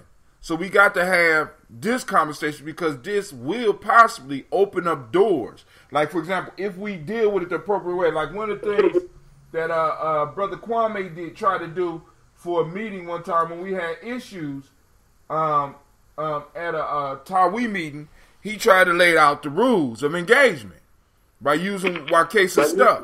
You know what I'm saying? And I think in this type of conversation, we have to be honest, because some of us going to come across mad in the conversation, and we have to be within our mind state. Some of us have to be able to step out and get outside of ourselves and be able to ask this question: how are you feeling? So that we can get to the bottom of how an individual is feeling, so we can help them work through it. Because what we have to understand, is not, this is part of the programming. This is part of the matrix that we exist in. And in order for this system to work, this has to be on autopilot for us, so that we can always come against each other. What is it? Divide and conquer. We always got to be, that stuff can't be, it works best when it's on autopilot. And when we have been trained to look at each other and judge each other by complexion, and judge each other by these features or these economic rules and shit, we automatically do 50% of our enemy's work. You know what I'm saying? We do, we do. And you know something else I need to say? I think one of the things that really woke me up, like I said, I was never taught about outside of, I did take a black experience class in high school. Mind you, I'm from Chillicothe, so my teacher was white. Why are you rolling your eyes at me? And he was teaching me about the black experience, but I will say I learned quite a bit in that class. Actually, I learned quite a bit. But until I went to college, and now I remember I was taught about, and I mean not just listened to, but learned about the house nigger versus the field nigger and the Willie Lynch syndrome and all of that. That just, it brought me out of that. It brought me out of that, man.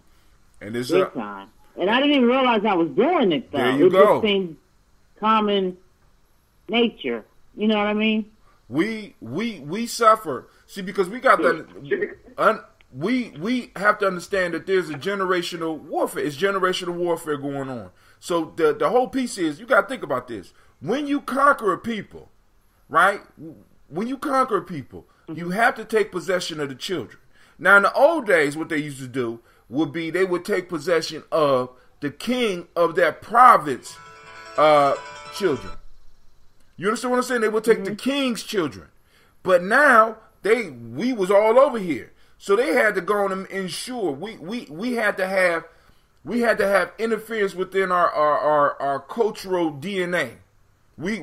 So that we could be programmed so that they wouldn't have to be constantly seeing this stuff. We had to learn how to do it ourselves, and we did. You know what I'm saying? Because the whole piece is, because this is why a lot of us are walking around thinking that we are dark-skinned white people. I mean, when you really look at how a lot of us operate, you know what I'm saying? Well, a lot of black folks operate, or at one point in time, myself, bringing it back to me, I operated as a dark-skinned white person. I didn't know. Huh? You bullshit. Man, shit. Coming up out of high school, listen, man, coming up out of high school, before I ran into what I ran into, are you kidding? You know what I'm saying? Shit. I mean, because listen, do you know, I mean, this is a true story. In middle school, I didn't want to be black, I wanted to be Chinese. What? Okay. Oh my God. Listen to me. Because there was, You want to be Blackanese? I just want to be Chinese. But I didn't want to be a young brother who was influenced by the martial arts. I was influenced by the martial arts. What you gonna be? What? Because you the title Woodside or Combination. No, I wouldn't. No. It wouldn't. I wouldn't try to have no black in there, because at that point in time in junior high, according to all the stuff that I was seeing, there was no history for us. They talk about the Chinese was the oldest civilization. Brother Hakim, go ahead. Have you seen a mirror at this point in your life? Because you was on the fairly darker side of the darker side. What made you think? See, but then again, now you got to understand, there was a badge along with being on the darker side. Now, I could try to be proud, and my mom could tell me to be proud, and all the other people around me could tell me proud, but when I go outside, I got all these other kids are coming up with every black joke in the world. It was a shame for me to be as dark as I was. Y'all mean that this is what I'm saying. So just like some light-skinned people went through shit, I went through shit until I started learning how to beat the fuck out of people. You know what I'm saying? They didn't leave me alone. Until I started learning how to slap people in their mouth. You know what I'm saying? When they got disrespectful. Until I started letting people know I don't do that cracking shit, even as an adult. You know what I'm saying? They never got it. They wouldn't get it and they wouldn't respect it. Now, the whole issue was, so then not only am I being made ashamed of, the only thing that we really learned about black people at the time when I was coming up was slavery and civil rights. Who the fuck wanted? I never wanted to be on the losing team. Never.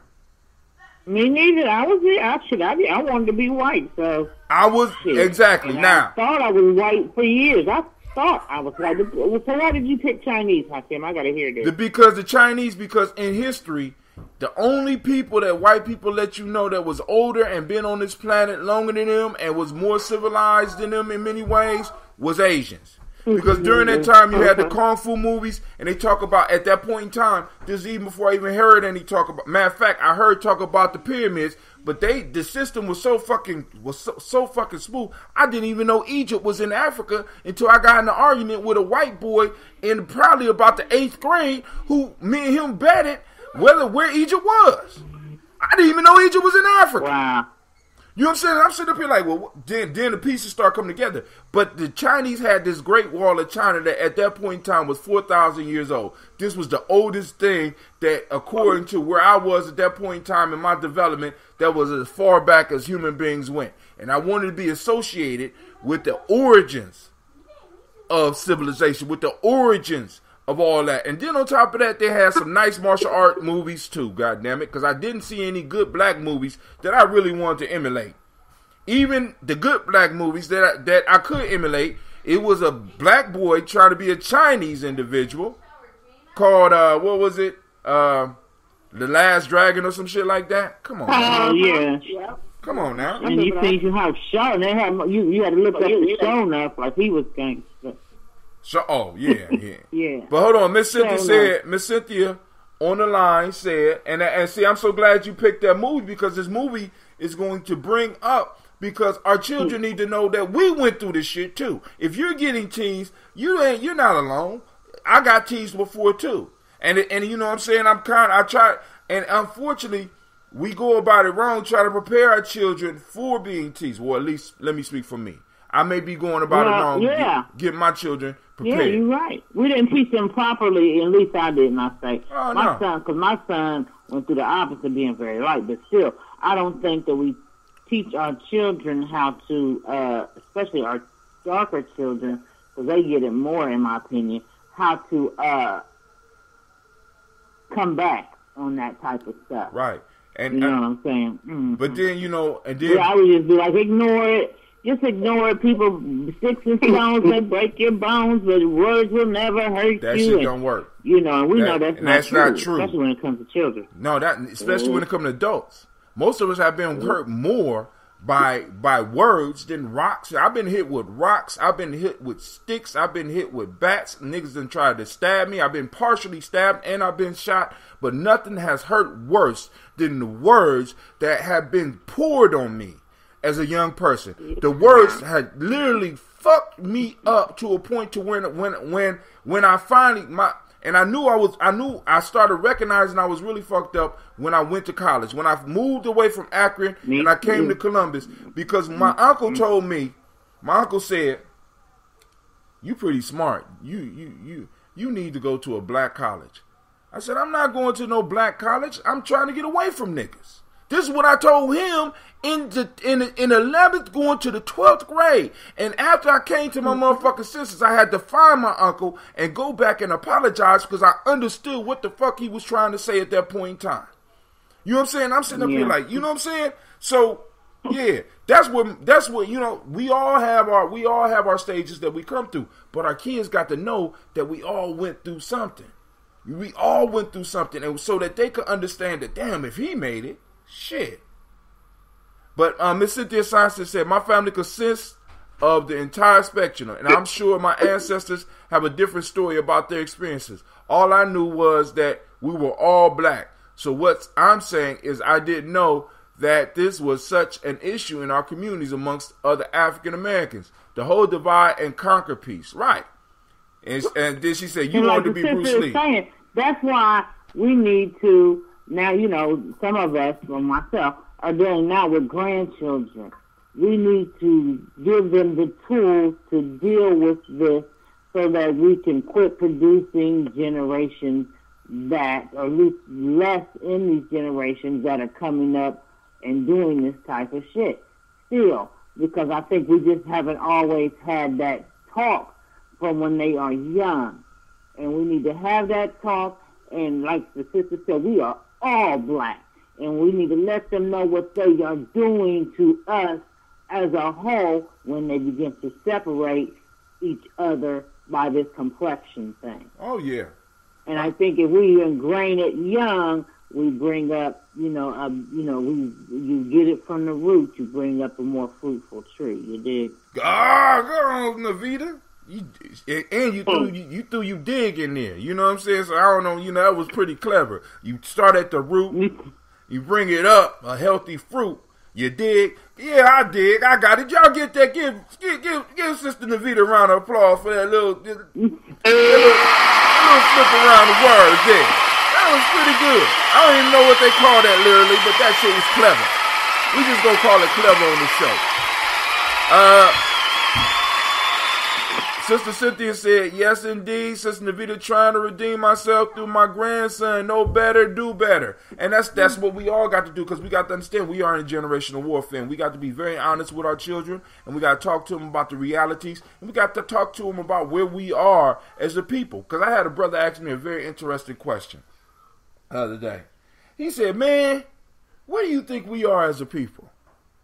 So, you know, I'm driving him. I had him in the car about 15 minutes. And I blacked the fuck out while I was driving. I had to apologize. He said, man, no, don't apologize. I said, man, because I like, dude, we in a bad situation. You know what I'm saying? But the beauty of being in a bad situation is that we have time to make adjustments. And at least some of us are able to turn around and realize that we're in a bad situation, because many of us are operating as dark-skinned white people. And it's just, and this is, for me, like the Amarosas and stuff like that, they don't even belong to us. I'm looking for my tribe. See, because when you come from my tribe, I can hold you responsible. Right? So when we got a mayor coming from our tribe, we know that our tribe got some shit coming. When we got a senator coming from our tribe, we know our tribe got some shit coming. When we have a professional athlete coming from our tribe, we know our tribe got some shit coming. When we got a professional musician or artist that's out there doing big things coming from our tribe, and we know that's our tribe, we know we got something coming, because we already know we ingrained it in them. So we start by educating our kids. And like I said, family, you know, we got the buildings, not just one. We got buildings that we need to be handling our business, so we can start, because we do have some children that seem like they was born with a natural gift for certain things, and we need to go and start pressing them in those directions and giving them opportunities. But somebody else want to talk. Let me stop. I done got hot. The words you were looking for to describe Navita's play with words is just that. It's called wordplay, baby. And you got it. See, that's why I want people to not only have adults at this movie, but we need to have some younger people and just school-age people at this movie, because as we know, this stuff happens a lot, even as adults, but the scarring begins in our youth, and the molding begins in our youth. So just like when we showed School Days, you know what I'm saying, and that whole piece of, good or bad hair, you just a jigaboo and a wannabe, those are issues that they still are dealing with, and I don't think that they see anything wrong in it. Like I said, I've seen a flyer a few years back going on for the club, light skin versus dark skin in the club, and I had a light skin girl on one side and dark skin sister on the other. They was both beautiful, but the even fact that they did that still, you know what I'm saying. What's the name of the movie again, Sister Navita? Because Sister Cynthia, she want to know the name of the movie. I'm going to write it up here real quick. It's called Dark Girls. It's a documentary called Dark Girls, and we'll be showing it at the Millennium School. And it's 17 and under are free, so bring as many young people as you can. 17 and under are free, and the movie is only $5. And this concession, we have a concession stand, and the concessions are only $1. Because we want people to have that movie experience, minus the cushy seats, but the vibrational frequency makes up for all that cushy seat stuff. So definitely bring your people. I'm gonna bring my grandson, because he's 11. And he's old enough to No, he don't. I don't think he has a complexion issue because, he got a dark mother and a light daddy. And, I'm noticing that, he tends to gravitate towards women that look more like his mother. So all the little girls he be having crush on, they're dark skinned. So he don't struggle with that, I got to have a light-skinned girl thing, you know what I mean? So, and they're more beautiful that way. But I'm sure as he grows up, he's going to hear that from his peers. So he'll hear them talking about it from his peers and everything. So and if he hears his peers talking like that, like I told him, like Sister Cynthia was saying, we redeem ourselves to our grandchildren, he can, maybe address them on what they're doing, because I feel he's old enough to do that. If he breaks it down, I break it down in their dialect, on their level, to explain what's going on. And then he can take that back, because I told you got a responsibility to your people when you hear things like that to address it. And, and I'm trying to get that into him young. You know what I'm saying? So I'm definitely going to have him there, and I'm going to try to have his god brother there with me, too. And, I'd like to see some people there because I hear it a lot in the community with the younger folks still doing that stuff, So and some people never grow out of it, you know what I mean? Never. Some of us, some, when you don't address the scars, it's, it's a contamination that travels through the thing. I had a very good friend of mine tell me, and I have never knew she was holding this, and but we were out one time, and this was within the last 6 years. We were out somewhere one time, and she made a comment. Well, look at you. You're all light skinned and stuff. Don't you know how guys look at you different than they look at me? And I was like, and I could tell there was some kind of animosity on her side towards me because of that. You know what I mean? And she was still, in having conversation with her, she was still holding a lot of that scars that she had from being teased for being darker, which made her have some type of a animosity towards me, and I had nothing to do with it. Right. That's what I'm talking about, the separating of us. Right. You know what I'm saying? We don't even know why. Mm-hmm. And motherfuckers be mad. Because some of us, we wake up, some people wake up mad. They don't understand why. Because it's like, man, that sticks and stone shit may break your bones, but words will never hurt you. That is some true witchcraft shit there. That was whoever said that, right, had some ill intentions, because that shit does not work, and we need to be honest with our kids. Your words do matter. And other people's words, too, you do matter. And you have a right not for people to not address you in certain ways. And we got to make sure that they understand this, and so it can spread through. But then, like I say, as we start growing as a tribe, so will our influence on some of the young people that are around us, and will grow and grow and grow because the movement is on. Y'all see we got on the different colored shirts and stuff and shit like that. This is real life here at Gye-Nyame Journey. But hey, here we go. Family, we need to do this toast because I want to get to the barbershop because I know he's going to be packed. I need to buy on a Sunday? My barber at Ngozi. This is a free commercial. My barber at Ngozi. They cut 7 days a week. And you owe me some push-ups, Miss Navita. Shit. Okay. I got you.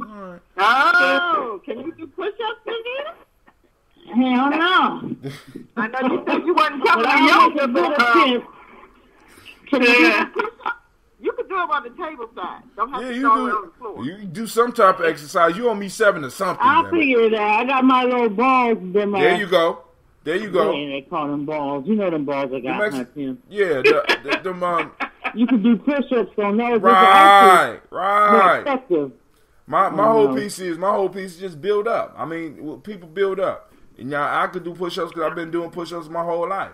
Other people ain't been doing them, so I can't expect that. But for these young boys, ooh. But what's even more That's beautiful? why I'm excited about this Mo Fitness we gonna get started. Because now that I'm off of this, I'm about to hurry up and get this fitness piece started. Gye-Nyame Journey Fitness. We're gonna have some T-shirts. I need some The T-shirts. young brother coming in.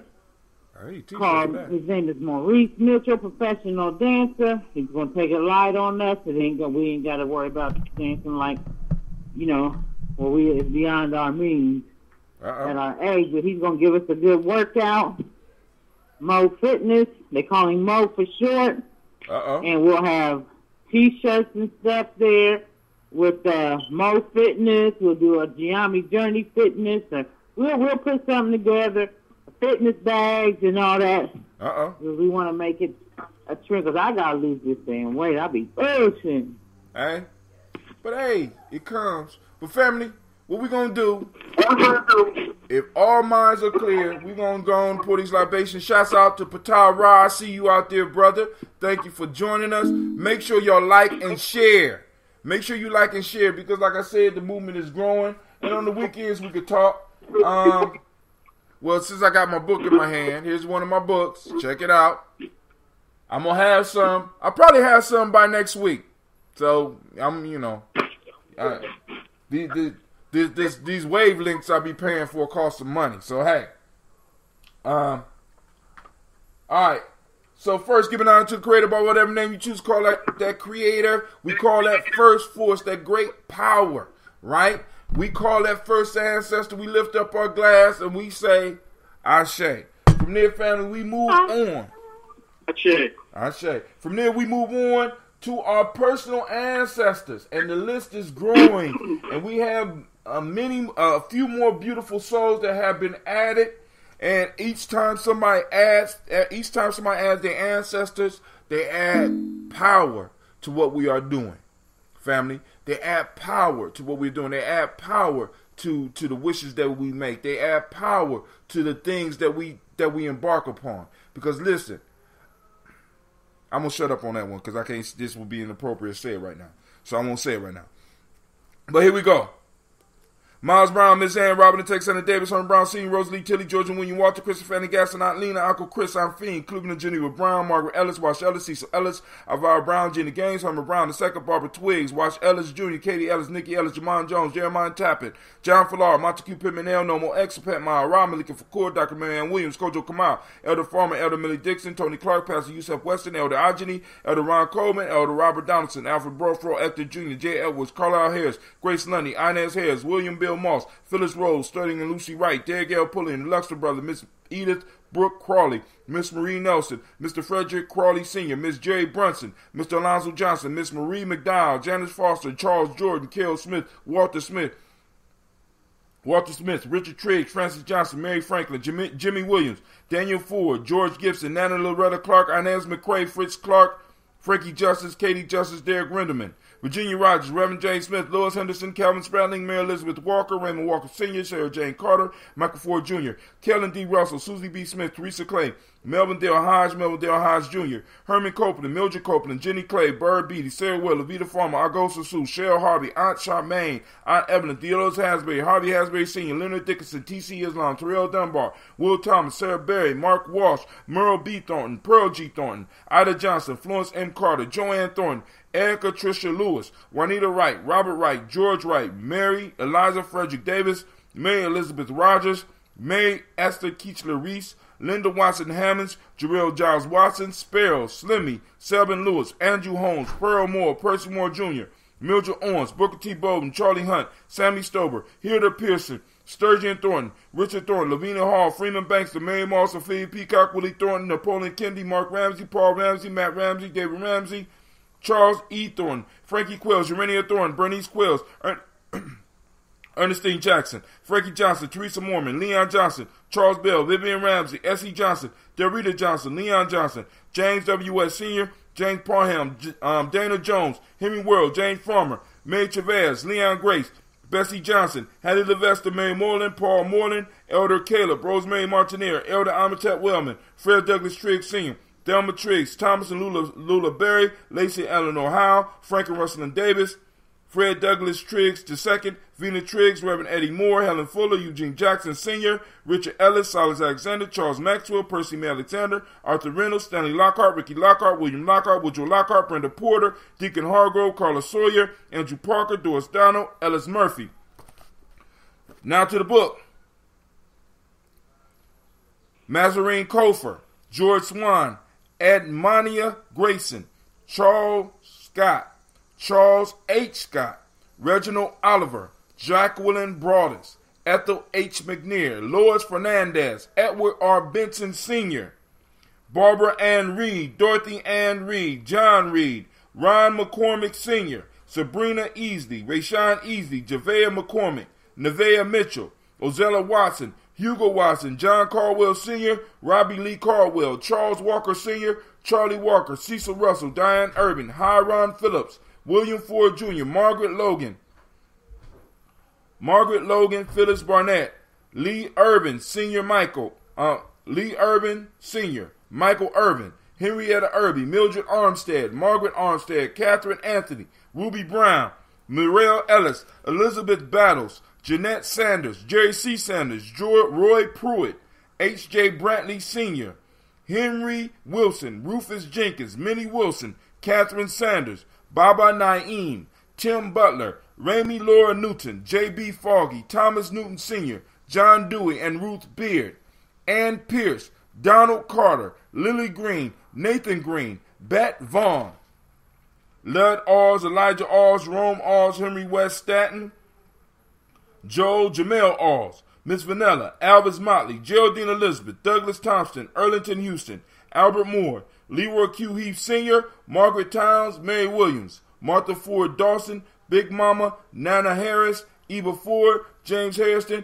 Mona Ann Lewis, Cornetta Lyman Lewis, John Jackson, William Dallas Lewis, Mary Francis, Chappelle Jackson, Michael Slade, Joanne Perkins, Richard Jackson, Vivian Stevenson, Neely Johnson, Fletcher Swan, Maddie and Charlie Scott, Ida Casey, Thomas Kofer, Dorita Ross, Riola Ross, Robert Nelson, Francis Stevenson, Leroy Stokes, Lester and Rachel Saunders, John Bowie, Alex Nixon, Eula and Andrew Baker, Patricia and Edwin Brooks, Gwendolyn and Bob Hatch, Kimball Vernon, Bradley Kim, Janie Harriet Tubman Cates, Spencer Sturgis, Sally Mae Baker, Ethel Baker, Creola Baker, Geneva Baker, Aaron Nino Baby Hatch, Hatch Sr., Mally Miller, Halsey Hatch, Dad Cleveland, Mother Gibson. Make sure I'm getting everybody.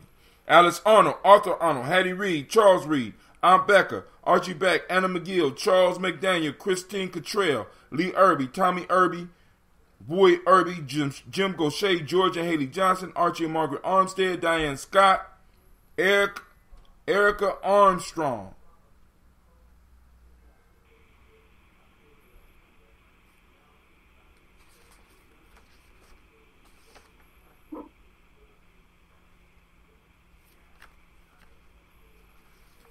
Some of y'all might be cousins on here. I heard Armstead earlier. All right, let me move on. Yeah.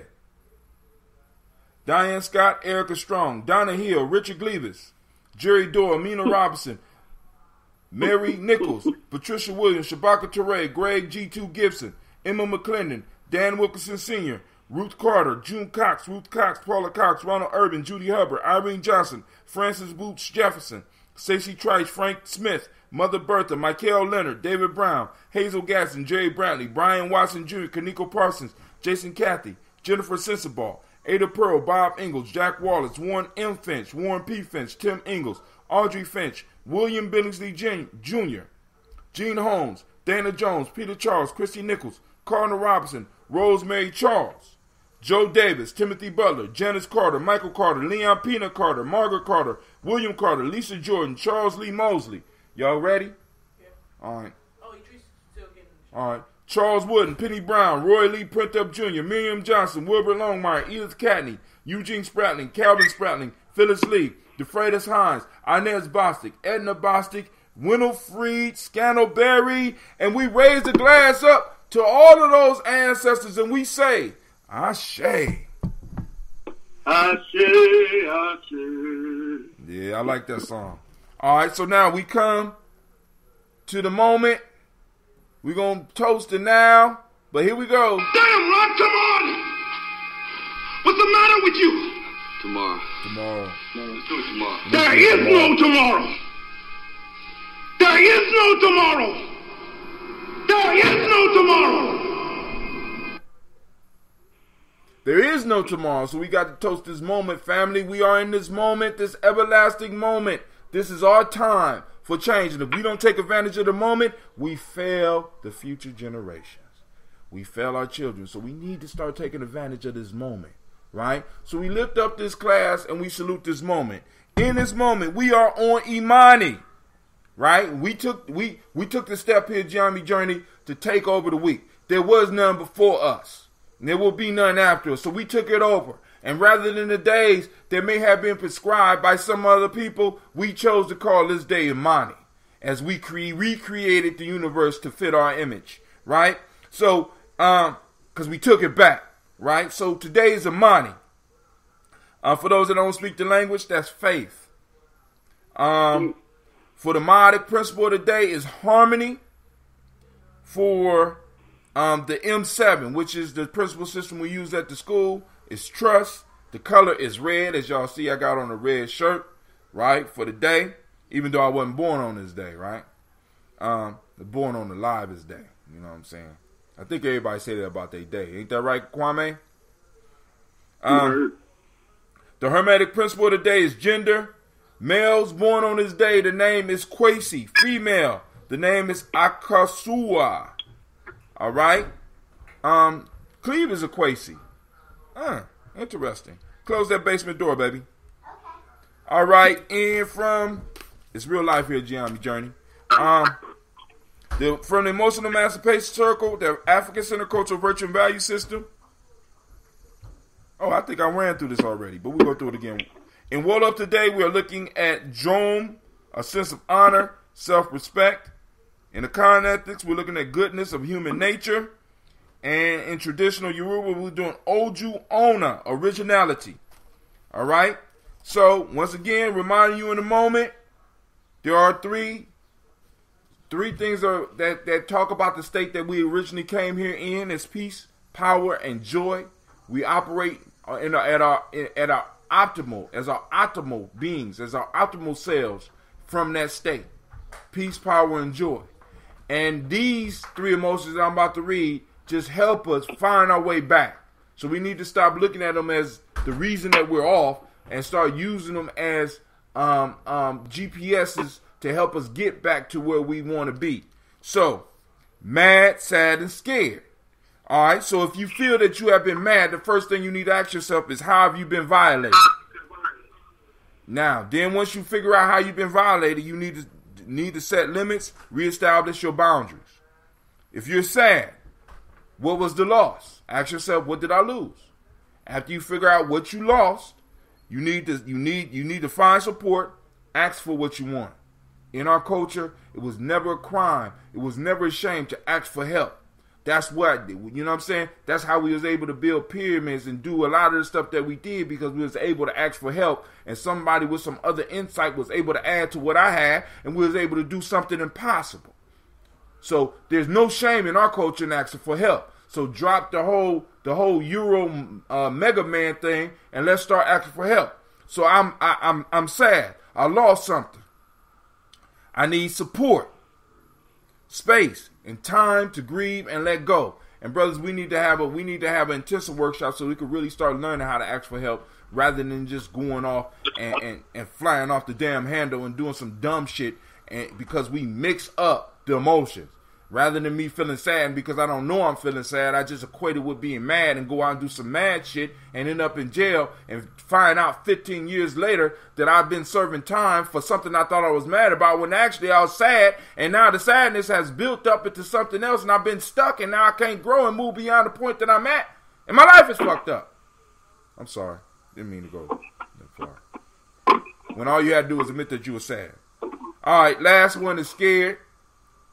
And you need to ask yourself, what's the danger? Then I need protection from that danger, support, and reassurance. So a lot of these, if you listen to them, especially the sad and the scared, are ones where we have to reach out towards our tribe, towards our collective, so that we can get the assistance that we need. And I just want to stress that, family, we need to learn how to reach out, and some of us, we need to learn how to accept help.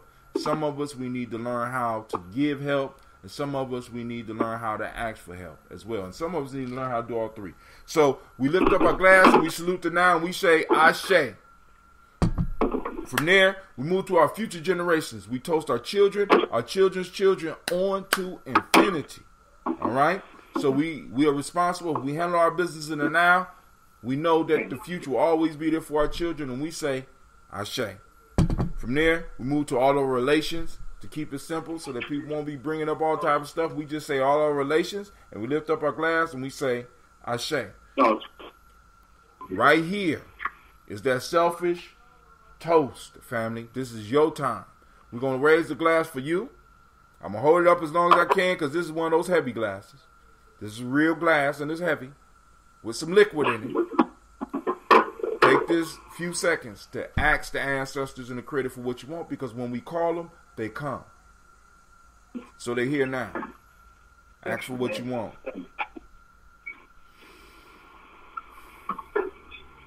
And with that, we say, Ashe. Last but not least, I toast the most powerful being in the room. I'm just waiting for you to wake up. And hopefully you're waiting for me to wake up. I toast each and every last one of you for joining us. Right? We lift up the glass to you. And we say, Ashe. Where is it at? Ashe. Ashe. Ashe. I wish you peace, power, joy, and 100 years. I'm about to get up off of here, family, because I got to get these boys to the barbershop. I got to go find this water jug that I didn't know I could get for $10. I'll probably get 3 of them now. I'm so happy. I'm going to go straight to the store. I'm going to buy as much water as I can. Oh, man. And you said 7 gallons? Oh, CeeLo hung up. So CeeLo is 7 gallons. Okay. All right. So I'm out, family. And I want to thank each and every last one of you for joining me.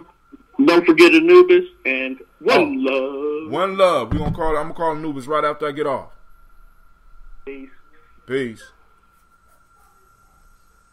All right, family. I'm about to pick up this phone and call Anubis. And I am out.